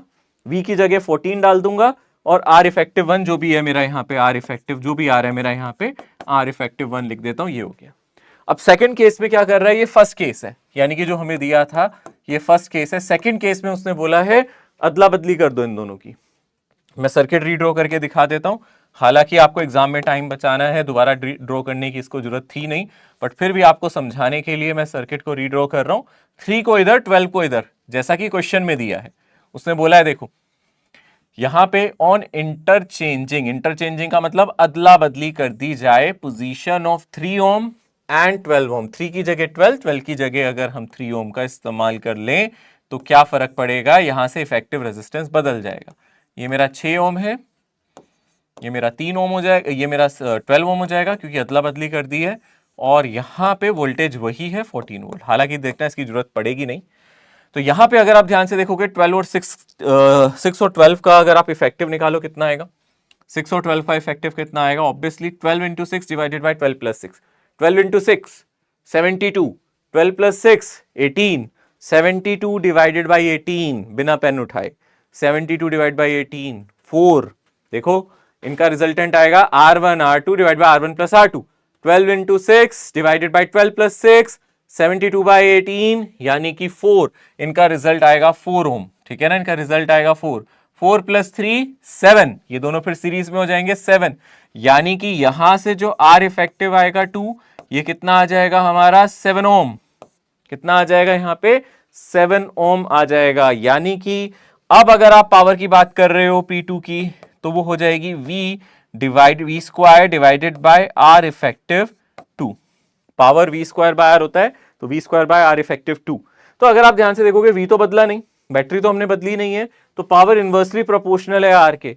यानी कि हम सिंपली लिख सकते हैं यहां पे हम लोगों को रेशियो P2 बाई P1 अगर लेना है तो डेफिनेटली वो R effective 1 by R effective 2 होगा। इनवर्सली प्रोपोर्शनल है ना, है या नहीं? पावर इनवर्सली प्रोपोर्शनल है, यहां से देख रहे हो। यानी कि अगर हम P2 बाई P1 लेंगे तो R इफेक्टिव 1 बाई 2 आ जाएगा। पहले कितना R इफेक्टिव आया था? 14, बाद में कितना आया? 7, कितना आ जाएगा? 2। 2 रेशियो 1 क्या आंसर होना चाहिए? 2 रेशियो 1 आंसर होना चाहिए, यानी कि ये आ जाएगा आंसर। समझ में आ रहा है अच्छे से? इजी क्वेश्चन है।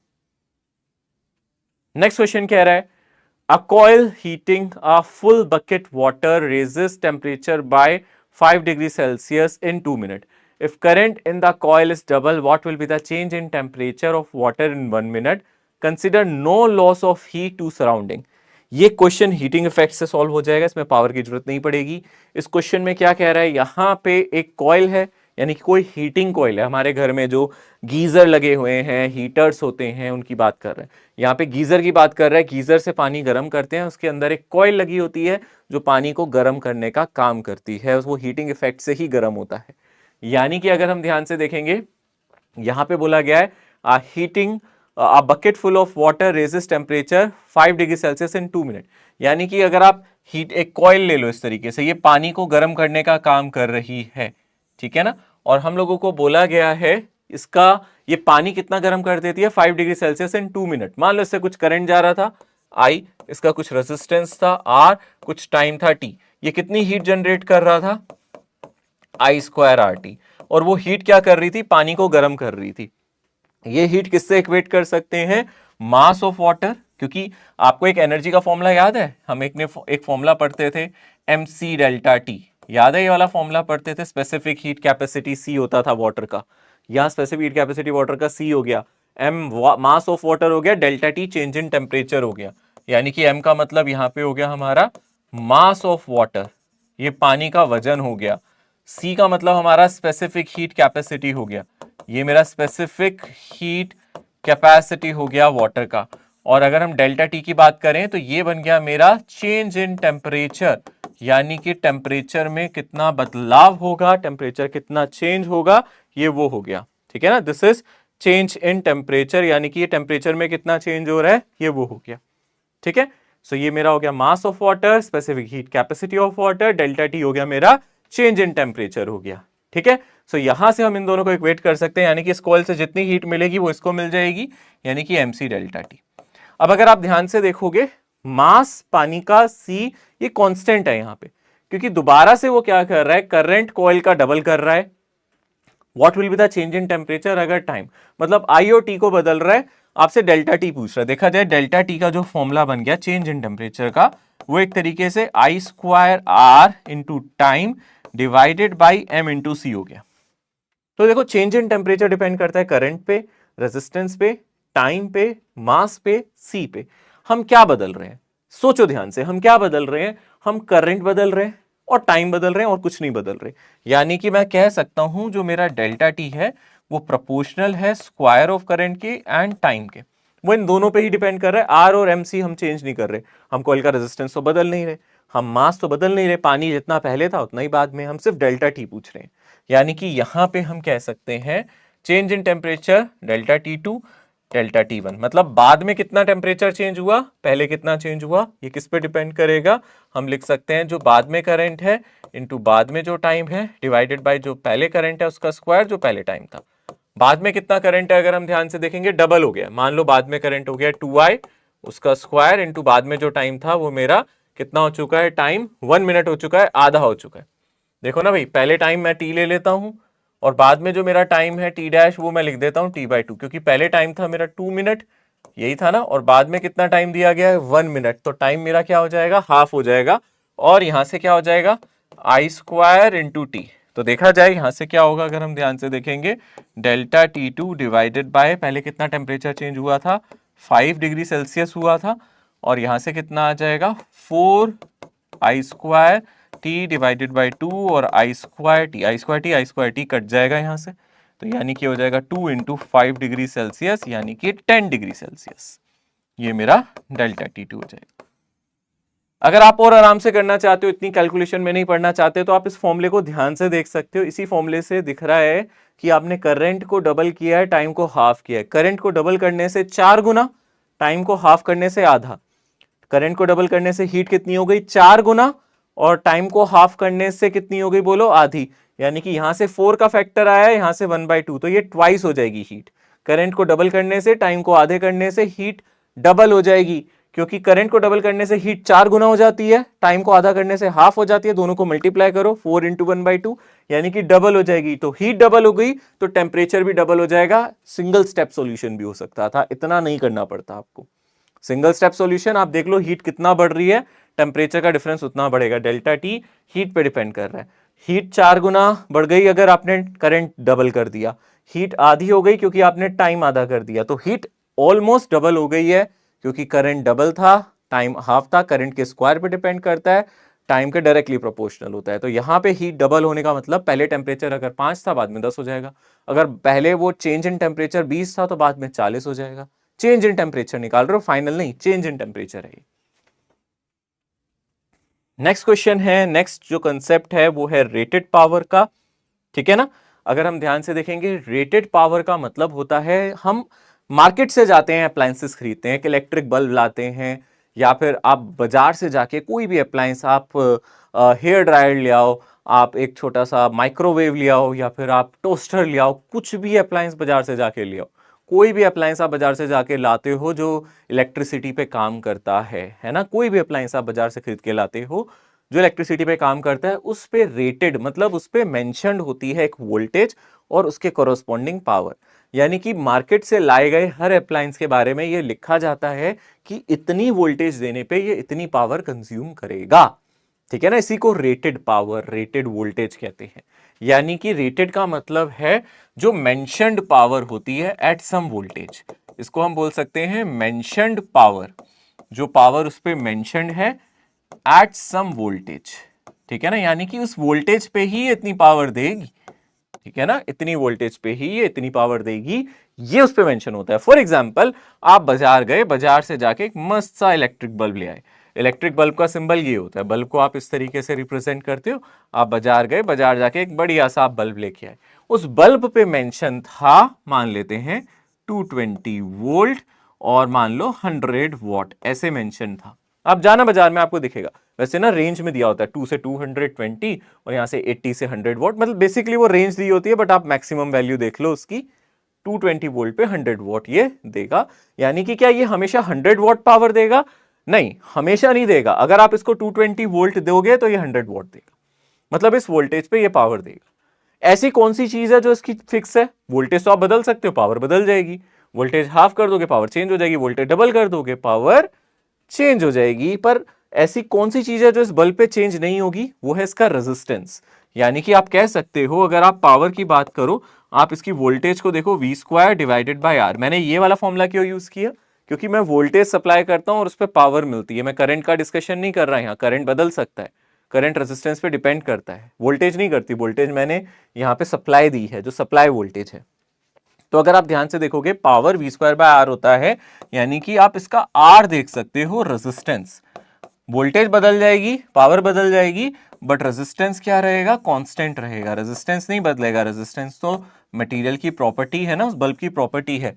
रेजिस्टेंस ऑलमोस्ट कांस्टेंट है। हालांकि हीटिंग इफेक्ट आपको बताता है, हीटिंग इफेक्ट के साथ आपको पता है रेजिस्टेंस भी चेंज हो जाता है हीट अप होने पे, बट यहां हम ऑलमोस्ट कांस्टेंट मान के चल रहे हैं। मतलब उसका रेजिस्टेंस चेंज नहीं करेगा, उसकी वोल्टेज बदलेगी तो उसकी पावर बदल जाएगी, बट रेजिस्टेंस उसका क्या रहेगा? कांस्टेंट, ठीक है ना। तो यहां पे आप ये देख सकते हो, मार्केट में जो आपको बल्ब मिलते हैं, मान लो आपने कहा कि सर मार्केट गए और वहां ना हमने बहुत सारे बल्ब देखे, सर अलग अलग बल्ब देखे। एक बल्ब पे लिखा था 220 वोल्ट 50 वॉट, है ना। सर एक अलग बल्ब दिखा हमें, इस पे लिखा था 220 वोल्ट 100 वॉट। सर एक बल्ब पे लिखा था इस तरीके से, एक तीसरा बल्ब था, इस पे लिखा था 220 वोल्ट 200 वोल्ट। तो सर मैं ये जानना चाहता हूं, इनमें से सबसे ज्यादा रेजिस्टेंस किसका है? बता सकते हो? क्योंकि अगर आप ध्यान से देखोगे, सब पे सेम वोल्टेज मेंशन है, पावर सबकी अलग है। मतलब सारे बल्ब अगर सेम वोल्टेज से कनेक्ट किए जाएं तो सब अलग अलग पावर देंगे। तो यहां पे अगर सबको सेम वोल्टेज दूं तो सब अलग अलग पावर देंगे। अगर सेम वोल्टेज दूं सबको तो सबसे ज्यादा पावर कौन देगा? ये। उसके बाद कौन देगा? ये। उसके बाद कौन देगा? ये।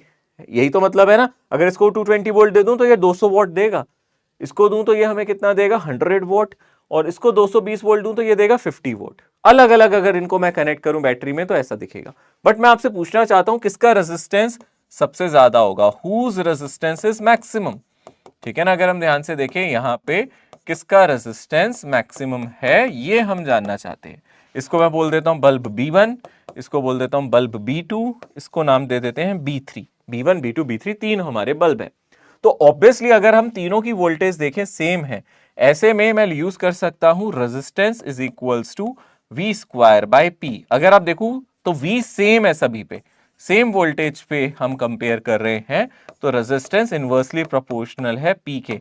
यहां पे सबसे ज्यादा रेजिस्टेंस होगा इसका, जिसकी पावर रेटिंग सबसे कम है, यानी कि सबसे ज्यादा रेजिस्टेंस R1 है, फिर R2 है, और सबसे कम रेजिस्टेंस मेरा R3 है। सबसे कम रेजिस्टेंस क्या है मेरा यहाँ पे? R3 है। ठीक है ना, सबसे कम रेजिस्टेंस क्या है यहाँ पे मेरा? R3। यानी कि अगर ऐसे हमें पावर मेंशन हो और हम लोगों से बोले कि भैया रेजिस्टेंस कंपेयर करो, तो जिस पे पावर, देखो पहले तीनों की वोल्टेज सेम होनी चाहिए, तो यहाँ जो रेटेड वोल्टेज है, इसको रेटेड वोल्टेज कहते हैं, वो सेम है। तो उस रेटेड वोल्टेज पे जो रेटेड पावर है वो इसकी 50, 100 और 200 है। तो आपको ऑब्वियसली पता है यहाँ पे सबसे ज्यादा जो रेजिस्टेंस है वो इसका होगा, जिसकी पावर सबसे कम है सेम वोल्टेज पे। ठीक है ना? अच्छा, इनको कनेक्ट करते हैं, सीरीज और पैरेलल कनेक्शन देखते हैं। ठीक है ना, यानी कि मैंने बोला ये तीन हमारे जो बल्ब थे ना, एक मेरा कितना था, ये तीनों ही 220 वोल्ट पे हैं। ये मेरा 50 वॉट वाला था, ये वाला पहले वाला मैंने कंसीडर कर लिया 50 वॉट, ये मेरा B1 है। दूसरा मैंने कंसीडर कर लिया ये मेरा 100 वॉट वाला है, और तीसरा मैंने कंसीडर कर लिया, अगर आप ध्यान से देखोगे 200, मान लो 200 वॉट वाला है ये तीसरा। ठीक है ना, तीनों 220 वोल्ट पे ही है। ठीक है, अब इनको कैसे कनेक्ट कर सकते हो? आप कह सकते हो कि सर इनको सीरीज में भी लगा सकते हो, पैरेलल में भी। अभी तो मैंने कनेक्ट नहीं किया, पहले मैं अगर आप ध्यान से देखो इनको पैरेलल में कनेक्ट करूं तो क्या होगा, समझते हैं। अगर आप इन तीनों को पैरेलल में कनेक्ट करते हो, पैरेलल कनेक्शन कर देते हो, मान लो 220 से ही कर दिया, ठीक है, मान लो 220 वोल्ट से ही कर दिया, यानी कि आपने ऐसे कनेक्ट कर दिया, तीनों बल्ब को ऐसे कनेक्ट कर दिया, और जो कनेक्शन दिया वो पैरेलल है। तीनों बल्ब ऐसे लगा दिए, है ना, यहाँ लगा दिया B1, यहाँ पे लगा दिया B2, यहाँ पे बल्ब लगा दिया B3। ठीक है, तो अब तीनों को क्या वोल्टेज मिलेगी? 220 ही मिलेगी। अगर आप ध्यान से देखोगे तीनों को हमें कैसी वोल्टेज मिलेगी? अगर हम ध्यान से देखेंगे 220, तो यहाँ पे कितनी वोल्ट मिलेगी? आप कहोगे अगर 220 से लगा रहे हो तो यहाँ भी 220 वोल्ट मिलेगी, यहाँ भी 220 मिलेगी, यहाँ भी 220 वोल्ट मिलेगी। ठीक है, यहां पे अगर आपसे पूछा जाए इसको पावर कितनी मिलेगी? P1, इसकी पावर होगी P2, इसकी पावर P3। तो क्योंकि 220 लगा रहे हो तो रेटेड पावर ही पावर हो जाएगी। यहां पे अगर आप ध्यान से देखोगे टोटल पावर सिंपली क्या बन जाएगा? P1 plus P2 plus P3। अगर मैं टोटल पावर की बात करूं तो वो सिंपली ऐसे निकल जाएगी, इसकी पावर प्लस इसकी। और P1 कितनी है मेरे यहाँ पे? अगर हम ध्यान से देखेंगे इसको 50 मिलेगी, इसको 100, इसको 200। यहाँ सबसे ब्राइटेस्ट कौन सा होगा? जिसकी पावर सबसे ज्यादा है। ब्राइटनेस किस पे डिपेंड करेगी? Brightness proportional to power. मैं ऐसे लिख देता हूं, जिसकी ब्राइटनेस ज्यादा है उसकी पावर ज्यादा है, जिसकी पावर ज्यादा है उसकी ब्राइटनेस ज्यादा है। तो यहां पे बल्ब B3 ब्राइटेस्ट होगा। सबसे ज्यादा ब्राइट कौन सा होगा? अगर हम ध्यान से देखेंगे बल्ब B3, ये मेरा ब्राइटेस्ट बल्ब होगा। ठीक है ना, क्योंकि आपने देखा था 220 वोल्ट पे इस पे 200 वोल्ट थी, और 220 वोल्ट आप पैरेलल में लगा रहे हो, पैरेलल में सबको सेम वोल्टेज मिलेगी। अगर आप टोटल पावर पूछ रहे हो सर्किट में, तो आप P1 plus P2 plus P3 कर सकते हैं, यानी कि 50 प्लस 100 प्लस 200, यानी कि 350 वॉट टोटल पावर हो जाएगी। पर ब्राइटनेस की बात करें तो यहाँ पे सबसे ज्यादा ब्राइट कौन होगा? ब्राइटनेस सबसे ज्यादा किसकी होगी? ठीक है ना, यहाँ पे अगर हम ब्राइटेस्ट की बात करें तो यहाँ जो सबसे ब्राइटनेस सबसे ज्यादा, जिसकी हमें ब्राइटनेस सबसे ज्यादा मिलेगी, वो कौन सा बल्ब होगा? हमारा B3। बट अगर आप इनको सीरीज में कनेक्ट कर देते हो, याद रखो, अगर आप इसको कैसे कनेक्ट कर रहे हो, मान लो आपने सीरीज कनेक्शन कर दिया, सीरीज कनेक्शन में क्या होगा? ये तीनों बल्ब ऐसे लगा दिए, तीनों को अब हमने सीरीज में कनेक्ट कर दिया। एक B1 है, एक मेरा B2 है, एक मेरा B3 है, और इनको हम लोगों ने इस तरीके से कनेक्ट कर दिया। मान लो 220 वोल्ट की सप्लाई है, इस तरीके से हमने इनको कनेक्ट कर दिया। ठीक है ना, तीन बल्ब है। अब आपको पता है यहां सबसे ज्यादा रेजिस्टेंस किसका होगा? इसका रेजिस्टेंस R1 है, इसका R2 है, इसका R3 है। हमें पता है ना सबसे ज्यादा रेजिस्टेंस किसका है, सिंस यहां पे आप देख सकते हो रेजिस्टेंस की अगर हम बात करें, सिंस यहां पे जो रेजिस्टेंस है वो सबसे ज्यादा R1 है, फिर R2 है, फिर R3 है। तो सबसे ज्यादा वोल्टेज किसको मिलेगी? यहाँ 220 वोल्ट यहाँ डिवाइड हो जाएगी, यहाँ वोल्टेज आएगी कुछ V1, यहाँ वोल्टेज आएगी V2, यहाँ वोल्टेज आएगी कितनी? V3। अब आप सीरीज में कनेक्ट कर रहे हो तो आप जानते हो यहाँ पावर क्या मिलेगी? अगर हम यहाँ पावर निकालने की कोशिश करेंगे, क्योंकि यहाँ करंट तीनों पे सेम है, तो यहाँ रेजिस्टेंस जिसका सबसे ज्यादा होगा उसको पावर सबसे ज्यादा मिलेगी, उसको वोल्टेज सबसे ज्यादा मिलेगी। यानी कि यहाँ पे अगर हम P1 की बात करें तो वो प्रोपोर्शनल होगा रेजिस्टेंस के। यहाँ पावर किसके प्रोपोर्शनल होगी? रेजिस्टेंस के। यानी कि यहाँ मैक्सिमम पावर किसको मिलेगी, P1 को, फिर P2 को, फिर P3 को, यानी कि यहाँ पे B1 कैसा होगा, सबसे ज्यादा पावर वाला, ब्राइटेस्ट, ठीक है ना। यहाँ जो ब्राइटेस्ट होगा, ठीक है ना, यहाँ ब्राइटेस्ट बल्ब जो होगा वो कौन सा होगा, बोलो B1, क्योंकि यहाँ सीरीज कनेक्शन है।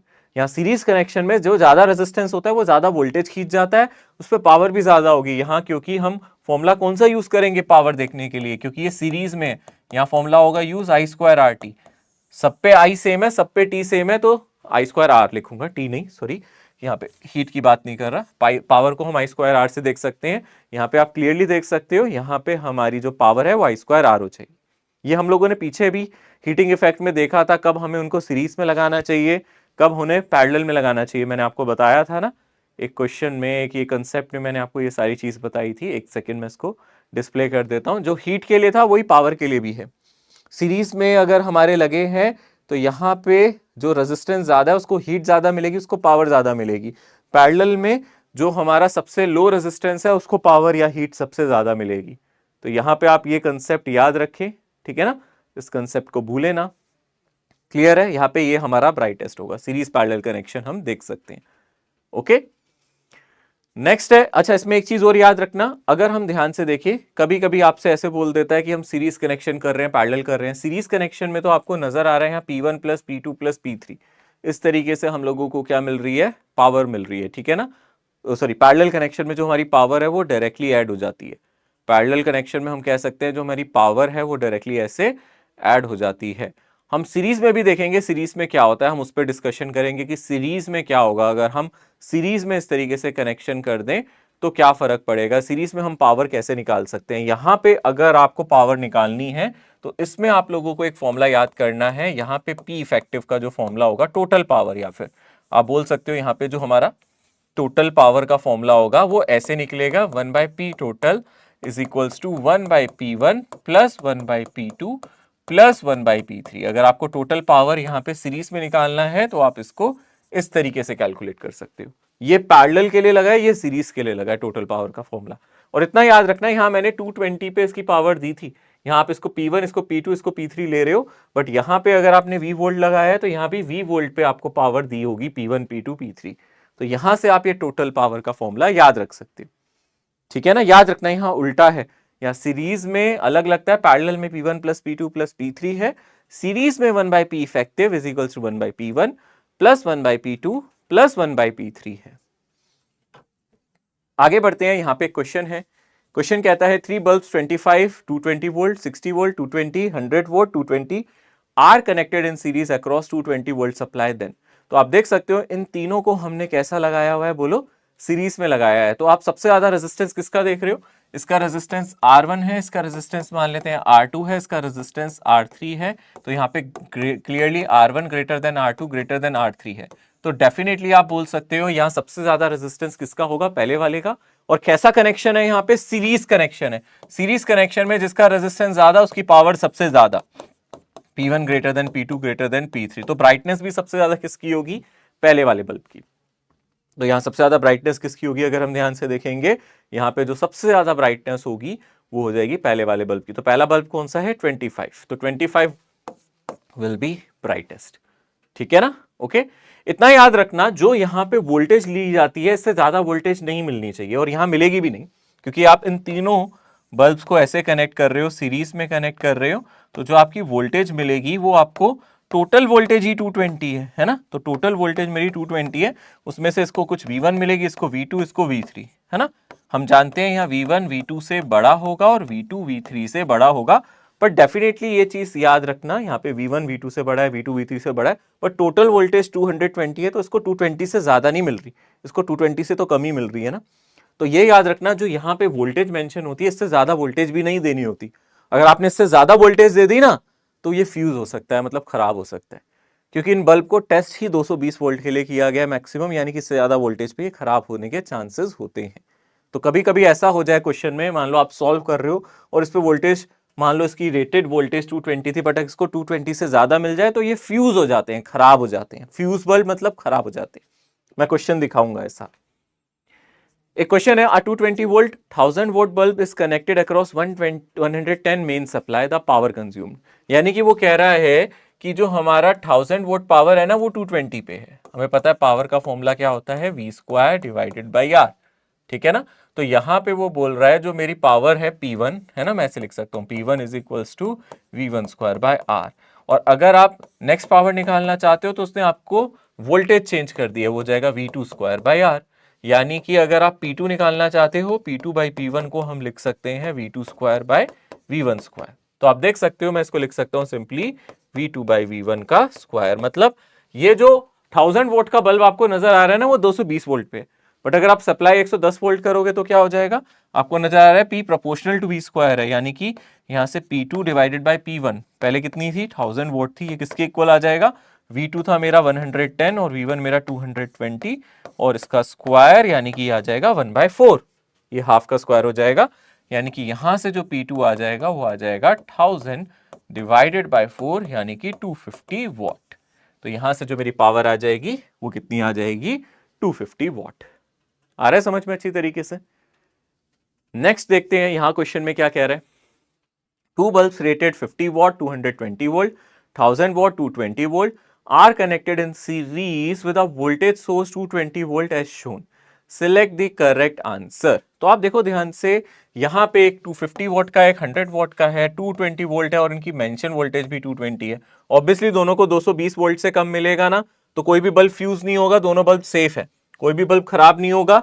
बल्ब खराब तब होता है, वो फ्यूज तब होता है जब उस पे मेंशन वोल्टेज से ज्यादा वोल्टेज दे दी जाए। बट टोटल वोल्टेज ही 220 है तो दोनों पे 220 से कम वोल्टेज ही आएगी, है ना। ये 220 इसलिए लिखा है क्योंकि ये इसकी रेटेड वोल्टेज है, बट इसको मिलेगी तो 220 से कम इसको भी, पर इनमें से ज्यादा वोल्टेज इसको मिलेगी। इसका रेजिस्टेंस ज्यादा है, इसका रेजिस्टेंस कम है। ऑब्वियसली सीरीज कनेक्शन है, R1 R2 से अगर बड़ा है तो यहाँ जो पावर P1 है वो P2 से ज्यादा मिलेगी। ऑब्वियसली यहाँ पे जो पावर है किसकी ज्यादा होगी, हम जानते हैं किसकी पावर ज्यादा होगी, 50 what bulb is brighter then 100, क्योंकि ये कैसे कनेक्टेड है, सीरीज में। नेक्स्ट है two bulb rated 50 watt 220 100 watt 220 are connected in series, but यहां पे अब सप्लाई 440 कर दी। अब ध्यान से देखना बेटा, यहां पे जो सप्लाई कह रहा है वो कितनी कर दी उसने, 440 वोल्ट कर दी। अब अगर ये दोनों सेम होते तो दोनों को 220 मिलता तो दोनों बच जाते, बट क्योंकि ये 440 वोल्ट है, इसका आधा कितना होगा 220। इनमें से रेजिस्टेंस किसका ज्यादा है, इसका रेजिस्टेंस ज्यादा है, इसका रेजिस्टेंस कम है। फिर से सुनो, 440 है, अगर ये दोनों बराबर होते, दोनों को बराबर बराबर 220 मिल जाती, दोनों बल्ब सेफ रहते, R1 R2 बराबर होते तो सेफ रहते। अगर R1 R2 से बड़ा है तो R1 कहेगा मुझे ज्यादा चाहिए, R2 कहेगा मैं कम में काम चला लूंगा। तो R1 पे जो वोल्टेज होगी V1 वो तो 220 से ज्यादा नहीं हो जाएगी, क्योंकि R1 ज्यादा है ना, R1 R2 से ज्यादा है। अगर दोनों बराबर होते दोनों को 220 मिलते, क्योंकि आपको 440 को ही तो डिवाइड करना है दो पार्ट्स में।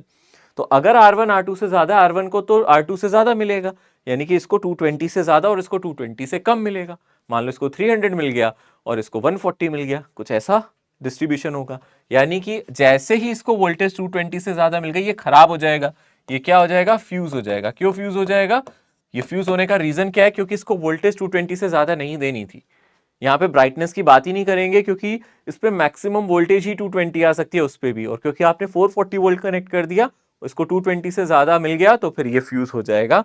यानी कि यहाँ पे 50 what bulb will be fused, ये हमारा आंसर आएगा। नेक्स्ट क्वेश्चन है, यहां पे बोल रहा है 3 bulbs each mark P1V P2V P3V are used, then total power consumed by them. ये मैंने ऑलरेडी यहां पे बताया था। अगर मेरे बल्ब कैसे लगे होते हैं, सीरीज में कनेक्टेड होते हैं, तो यहाँ पे total power 1/P1 plus 1/P2 plus 1/P3 होती है। सीरीज में लगे होते हैं तो P1 plus P2 plus P3 होती है, ठीक है ना। तो यहाँ पे कैसा कनेक्शन कह रहा है, दे आर कनेक्टेड, कैसे कनेक्टेड है, सीरीज में है। कैसे कनेक्टेड है, अगर हम ध्यान से देखेंगे सीरीज कनेक्शन है, तो कौन सा आंसर ठीक होगा, ये थर्ड वाला। चाहे तो इसका जल्दी से हम प्रूफ देख सकते हैं। मुझे पता है पहला वाला बल्ब ये है, दूसरा ये है, इनकी रेटेड पावर है P1 P2 P3 V voltage पे। तो अगर आप इन तीनों को सीरीज में लगा देते हो, ठीक है ना, तो आपको पता है इसका रेजिस्टेंस लेटेस्ट से R1 है, इसका R2 है और तीसरे वाले का R3 है। तो यहाँ पे हम लिख भी देते हैं, तो यहाँ पे R1 होगा कितना, इसका R1 होगा कितना, अगर हम ध्यान से देखेंगे R1 को क्या लिख सकते हैं, पहले बल्ब के लिए सोचो R1 को हम लिख सकते हैं v स्क्वायर बाय P1 और ऐसे ही R2 को लिख सकते हैं v स्क्वायर बाय P2 और R3 को हम लिख सकते हैं v स्क्वायर बाय P3। यानी कि यहाँ R1 को मैंने लिख दिया v square by P1, R2 को लिख दिया फिर से v स्क्वायर बाय P2 और यहां से जो R3 मिलेगा इसको लिख दिया v स्क्वायर बाय P3। ये लिख दिया P1, P2, P3। ठीक है ना, ये तीनों रेजिस्टेंस हो गए और बैटरी का वोल्टेज V है। तो टोटल रेजिस्टेंस कितना हो गया जल्दी बताओ, R टोटल कितना हो गया यहां से, ये हो गया R1 plus R2 plus R3, यही हो गया। तो मेरा जो टोटल रेजिस्टेंस हो गया, तीनों को जोड़ो तो यहाँ पे अगर हम ध्यान से देखेंगे V स्क्वायर कॉमन आ जाएगा, यहाँ से आ जाएगा 1/R1 plus 1/R2 plus 1/R3। आप देख सकते हो यहाँ से R टोटल इस तरीके से आ जाएगा हमारा। और अगर मैं टोटल पावर की बात करूं, टोटल वोल्टेज V है, टोटल पावर आ जाएगी V square by R total. इसमें सब्स्टिट्यूट कर दो, अगर आप R टोटल की जगह डालोगे तो यहाँ से कितना आ जाएगा, R टोटल आ जाएगा V square 1/R1 plus 1/R2 plus 1/R3। देख सकते हो यहाँ से ये कैंसिल हो जाएगा, V स्क्वायर से V स्क्वायर आप यहाँ से क्या कर सकते हो, कैंसिल कर सकते हो। पावर को हम V स्क्वायर बाय R लिख सकते हैं ना, तो यहाँ से देखो ये R1 था, ये R2 था, ये R3 था। V स्क्वायर बाय R हमारी टोटल पावर होती है ना। इससे हम इसको क्या कर सकते हैं, रिप्लेस कर सकते हैं। तो यहाँ से हमें क्या मिल जाएगी, हमारी टोटल पावर हो जाएगी, या सॉरी एक मिनट, यहाँ मैंने R1 R2 R3 लिख दिया, P1 P2 प्लीज, हाँ सॉरी यहाँ पे ये किसके इक्वल था, 1/P1 1/P2 प्लस 1/P3 था, सॉरी है ना, मैंने R1 R2 R3 लिख दिया, नहीं तो वो डायमेंशनली भी गलत है। अब सही आ जाएगा 1/P1 plus 1/P2 plus 1/P3 है, सही है ना, ठीक है ना। ये था ना P1 P2 P3 था, मैंने यहाँ R1 को V square by P1 plus V square by P2 plus V square by P3 लिखा है। अब ठीक है, V स्क्वायर से V स्क्वायर यहाँ से कट जाएगा, इसको क्रॉस मल्टीप्लाई करो तो यहाँ से 1/P1 plus 1/P2 plus 1/P3 और इस P को नीचे ले जाओ तो ये आ जाएगा 1/P टोटल। यही हमने फॉर्मूला पहले भी बोला था, जस्ट मैंने एक बार प्रूफ करके दिखा दिया, ठीक है ना। आप याद रखना, सीरीज कनेक्शन में ये आएगा, पैरेलल कनेक्शन में होती तो total power P1 plus P2 plus P3 directly लिखते। Maximum power theorem, maximum power theorem आप याद रखना, इसका मतलब क्या है, हमने इंटरनल रेजिस्टेंस के बारे में देखा था। हमने देखा है जैसे कि एक सेल होता है, इस सेल का EMF होता है E और ये इसका रेजिस्टेंस होता है जिसको आप इंटरनल रेजिस्टेंस कहते हो। मान लो यहाँ सर्किट में मेरे अप्लायंस का रेजिस्टेंस यानी कि एक्सटर्नल रेजिस्टेंस, ये मेरा कैसा रेजिस्टेंस है, ये मेरा एक्सटर्नल रेजिस्टेंस है जिसको आप अप्लायंस का रेजिस्टेंस भी कह सकते हो, ये मेरा इंटरनल रेजिस्टेंस है। थ्योरम कहती है कि यहाँ पे जो मैक्सिमम पावर किसको, जो इस रेजिस्टेंस को मिले, मैक्सिमम पावर किसकी बात कर रहे हैं यहाँ पे, maximum power to external resistance, जो मेरा एक्सटर्नल रेजिस्टेंस है उस पे मैक्सिमम पावर कितनी होगी। इजीली आप निकाल सकते हो। पावर का फॉर्मूला क्या होता है, आप देखो यहाँ पे सर्किट में कुछ करंट होगा, आप देख सकते हो I करंट होगा, आप लिख सकते हो I स्क्वायर, और किस पे पावर निकालनी है, इस पे नहीं निकालनी, किस पे निकालनी है, इस पे, तो I square into capital R। अगर आपको इस पे पावर निकालनी होती तो आप लिखते I square into small r, ठीक है ना। ये मैक्सिमम पावर है, ठीक है ना, this is the power deliver to the external resistance. External resistance को इतनी पावर मिलेगी। I को हम क्या लिख सकते हैं, E divided by total resistance यानी कि R प्लस R इंटू ऊपर आ जाएगा R। थ्योरम कहती है ये तो पावर है, पावर मैक्सिमम कब होगी, पावर मैक्सिमम तब होगी व्हेन, थ्योरम के अकॉर्डिंग, जब इंटरनल रेजिस्टेंस एक्सटर्नल रेजिस्टेंस के बराबर हो जाए। ये तो टोटल पावर है एक्सटर्नल रेजिस्टेंस पे, अगर हम ध्यान से देखिए, इसको तो मैं सिर्फ लिख देता हूं पावर एट एक्सटर्नल रेजिस्टेंस, ये तो टोटल पावर एक्सटर्नल रेजिस्टेंस पे। ये मैक्सिमम कब होगी, जब R कैपिटल R के इक्वल हो जाएगा, यानी कि पावर मैक्सिमम जो होगी मेरी वो किसके इक्वल हो जाएगी, E स्क्वायर, यहाँ स्क्वायर भी लगा देना, I स्क्वायर R था ना, I को E बाई R लिखा था, तो यहाँ स्क्वायर है तो यहाँ स्क्वायर जरूर लगाना, E square divided bye R plus R और इसका स्क्वायर यानी कि हो जाएगा E square R divided by 2R square यानी कि E square R divided by 4R square यानी कि आ गया E स्क्वायर बाय 4R। तो ये हमारी मैक्सिमम पावर थ्योरम है। क्या कहती है मैक्सिमम पावर थ्योरम, ऊपर भी यही लिखा गया है कि मेरे एक्सटर्नल रेजिस्टेंस को मैक्सिमम पावर तब डिलीवर होगी जब, कब डिलीवर होगी इसको मैक्सिमम पावर, जब मेरा इंटरनल रेजिस्टेंस एक्सटर्नल रेजिस्टेंस के इक्वल होगा, ठीक है ना, जब मेरा इंटरनल रेजिस्टेंस एक्सटर्नल रेजिस्टेंस के इक्वल होगा। अच्छा, ये पावर एक्सटर्नल रेजिस्टेंस को मैक्सिमम मिलेगी, ये कह रहे हैं, या ये पावर किसको मैक्सिमम मिलेगी? एक्सटर्नल रेजिस्टेंस को। तो बैटरी कितनी पावर देगा? अगर हमसे पूछे बैटरी कितनी पावर देगा, बैटरी और सेल, या फिर ऐसे लिख देते हैं पावर डिलीवर बाय बैटरी और cell, power deliver by battery और सेल। दोनों में फर्क है, बैटरी और सेल कितनी पावर दे रहा है और इसको कितनी पावर मिल रही है। आप ऐसे समझना ध्यान से, ये क्या है, ये मान लो पेरेंट्स हैं, ये उसके दो बच्चे हैं, ये छोटा बच्चा इंटरनल रेजिस्टेंस, बड़ा बच्चा एक्सटर्नल रेजिस्टेंस, ऐसे कुछ मान लेते हैं, ठीक है। यहां पे हमने ये समझा इसको भी पावर मिल रही है, इसको भी, यानी कि ये मेरा सोर्स पावर देगा जो इन दोनों में बटेगी। पावर एक तरीके से एनर्जी ही है पर यूनिट टाइम, तो सोर्स मेरी एनर्जी देगा या पावर देगा, वो इन दोनों में बटेगी। मैं सिर्फ इसकी पावर देख रहा हूं, इसकी नहीं देख रहा। सोर्स जो पावर देगा वो ज्यादा देगा, उनमें से कुछ पावर ये ले लेगा, कुछ पावर ये ले लेगा। अभी जो मैंने निकाला है वो वाली पावर है जो इसको मिल रही है, मैंने टोटल पावर थोड़े ना निकाला है। बैटरी ने टोटल पावर दी कितनी वो नहीं निकाला।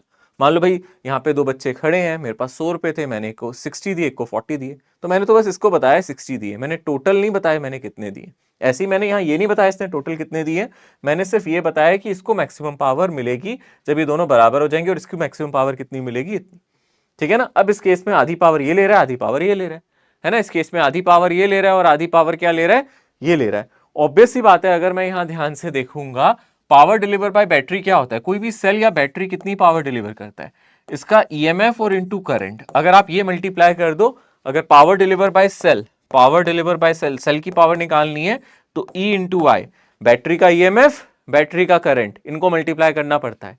तो अगर आप हम ध्यान से देखो हमारे केस में ये कितना हो जाएगा, अगर हम ध्यान से देखें, इन जनरल अगर हम ध्यान से देखें, हमें पता है यहां से E और I को लिख सकते हैं E divided by R plus R, तो ये होता है E स्क्वायर डिवाइडेड बाई कितना हो जाता है यहां से R प्लस आर, ये होता है ना, ठीक है ना। ये हमारी पावर डिलीवर बाय सेल है। बट व्हेन, जो हमने कंडीशन ली है, व्हेन R और R बराबर हो जाते हैं, उस केस में हमारी सेल की द्वारा जो पावर डिलीवर होती है वो कितनी हो जाएगी, E square divided by R plus R, यानी कि ई स्क्वायर बाय 2r। अब एक चीज आती है, इसको बोलते हैं एफिशिएंसी। अब एक चीज होती है यहां से हम इसको बोलते हैं एफिशिएंसी। एफिशिएंसी का मतलब होता है power deliver to external resistance, power to external resistance, external resistance को कितनी पावर मिल रही है divided by power deliver by cell, cell कितनी पावर डिलीवर कर रहा है into 100, this is defined as efficiency. Efficiency का फॉर्मूला क्या रहेगा, इसको आप ईटा से भी लिख सकते हो, ठीक है ना। एफिशिएंसी का फॉर्मूला क्या है, जो हमारे एक्सटर्नल रेजिस्टेंस को पावर मिल रही है, जो मेरी सेल की पावर है इनटू 100, ये हम याद रख सकते हैं, ठीक है ना। याद रखोगे तो आप ध्यान से देख सकते हो, जो सेल को पावर डिलीवर हो रही है वो अलग है, और जो एक्सटर्नल रेजिस्टेंस को पावर मिल रही है उसका जनरल फॉर्मूला ये है। मैक्सिमम पावर ये होगी, वो कब होगी, जब आर और स्मॉल आर इक्वल होंगे। मैक्सिमम पावर तब होगी जब स्मॉल आर और आर इक्वल होंगे, ये मैक्सिमम पावर थ्योरम कहती है। मैक्सिमम पावर आएगी कितनी, ई स्क्वायर बाय 4r, और हमें पता है जो सेल पावर डिलीवर करता है वो ये होती है, और जब आर और आर सेम हो जाएंगे मैक्सिमम पावर वाली केस में, तो मेरी सेल की पावर ये होगी। डेफिनेटली जब हमारा सेल मैक्सिमम पावर डिलीवर कर रहा है एक्सटर्नल रेजिस्टेंस को, तो आधी पावर इसको देगा, आधी पावर इसको देगा, ठीक है ना, जब वो मैक्सिमम पावर डिलीवर कर रहा है।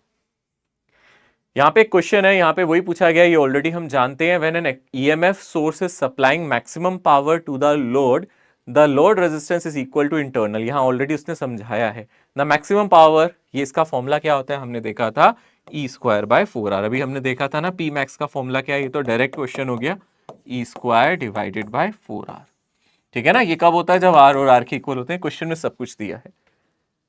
नेक्स्ट पूछा है when a cell supply maximum power to external circuit at efficiency, तो एफिशिएंसी का फॉर्मूला कितना हो जाएगा, एफिशिएंसी का हमें पता है फॉर्मूला क्या होता है, power to the external divided by power deliver by cell into 100, और हम जानते हैं फॉर मैक्सिमम पावर, ठीक है ना, फॉर मैक्सिमम पावर वाले केस में हम लोगों को पता है ये कितना था, एक्सटर्नल को कितना मिल रहा था, ई स्क्वायर बाय 4r, और पावर डिलीवर कितनी हो रही थी, ई स्क्वायर बाय 2r, यही देखा था ना हम लोगों ने, और इनटू आप कर दोगे 100, ठीक है ना। आप देख सकते हो ई स्क्वायर कट जाएगा, आर से आर कट जाएगा, ये आ जाएगा आपका कितना, ये 2 ऊपर चला जाएगा, 4 नीचे है, 2/4 यानी कि 1/2 इंटू 100, ऑब्वियसली 50%। तो यहां पे जो मेरी एफिशिएंसी आएगी वो कितनी आएगी, 50%, यानी कि आधी पावर वो किसको दे रहा है, एक्सटर्नल रेजिस्टेंस को। 50% का मतलब है एफिशिएंसी हमें ये बता रही है वो कितना रेशियो, कितना परसेंट पावर एक्सटर्नल रेजिस्टेंस को यहां दे पा रहा है। A battery has EMF 4 volt and internal resistance 2 ohm. Maximum power delivered by battery to the load. Simple question है, यहां पे हमें EMF दे रखा है कितना, 4 वोल्ट, और हमें इंटरनल रेजिस्टेंस कितना दे रखा है, 2 ओम। तो P मैक्स का जो फॉर्मूला हमने पढ़ा है वो पढ़ा है E square divided bye 4R, यानी कि 16 आ गया, 4 का स्क्वायर 16 डिवाइडेड बाय 4 इंटू 2, यानी कि यहां से आ जाएगा 2 वॉट। 16/8 यहां से कितना आ जाएगा हमारा, 2 what, E square by 4R। Okay, so student आज के सेशन में इतना ही रखते हैं। आज हम लोगों ने पावर के क्वेश्चन किए हैं, एनर्जी के क्वेश्चंस किए हैं।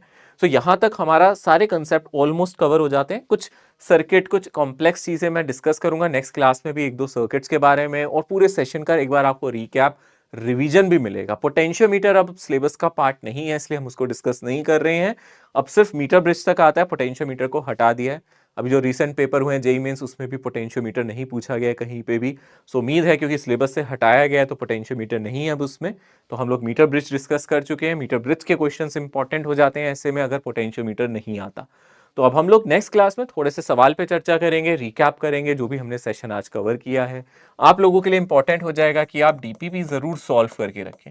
तो जो भी आपके साथ डीपीपी शेयर की जा रही है उसको सॉल्व करें, और प्लस मॉड्यूल की एक्सरसाइज आप लोग लगा सकते हैं 1 और पी वाइज क्यू, क्योंकि काफी क्वेश्चन तो मैंने करा दिए हैं। अगर आपको कोई लगता है उससे पहले वाला कोई रीसेंट आपको नहीं समझ में आ रहा, आप जरूर डिस्कस कर सकते हैं।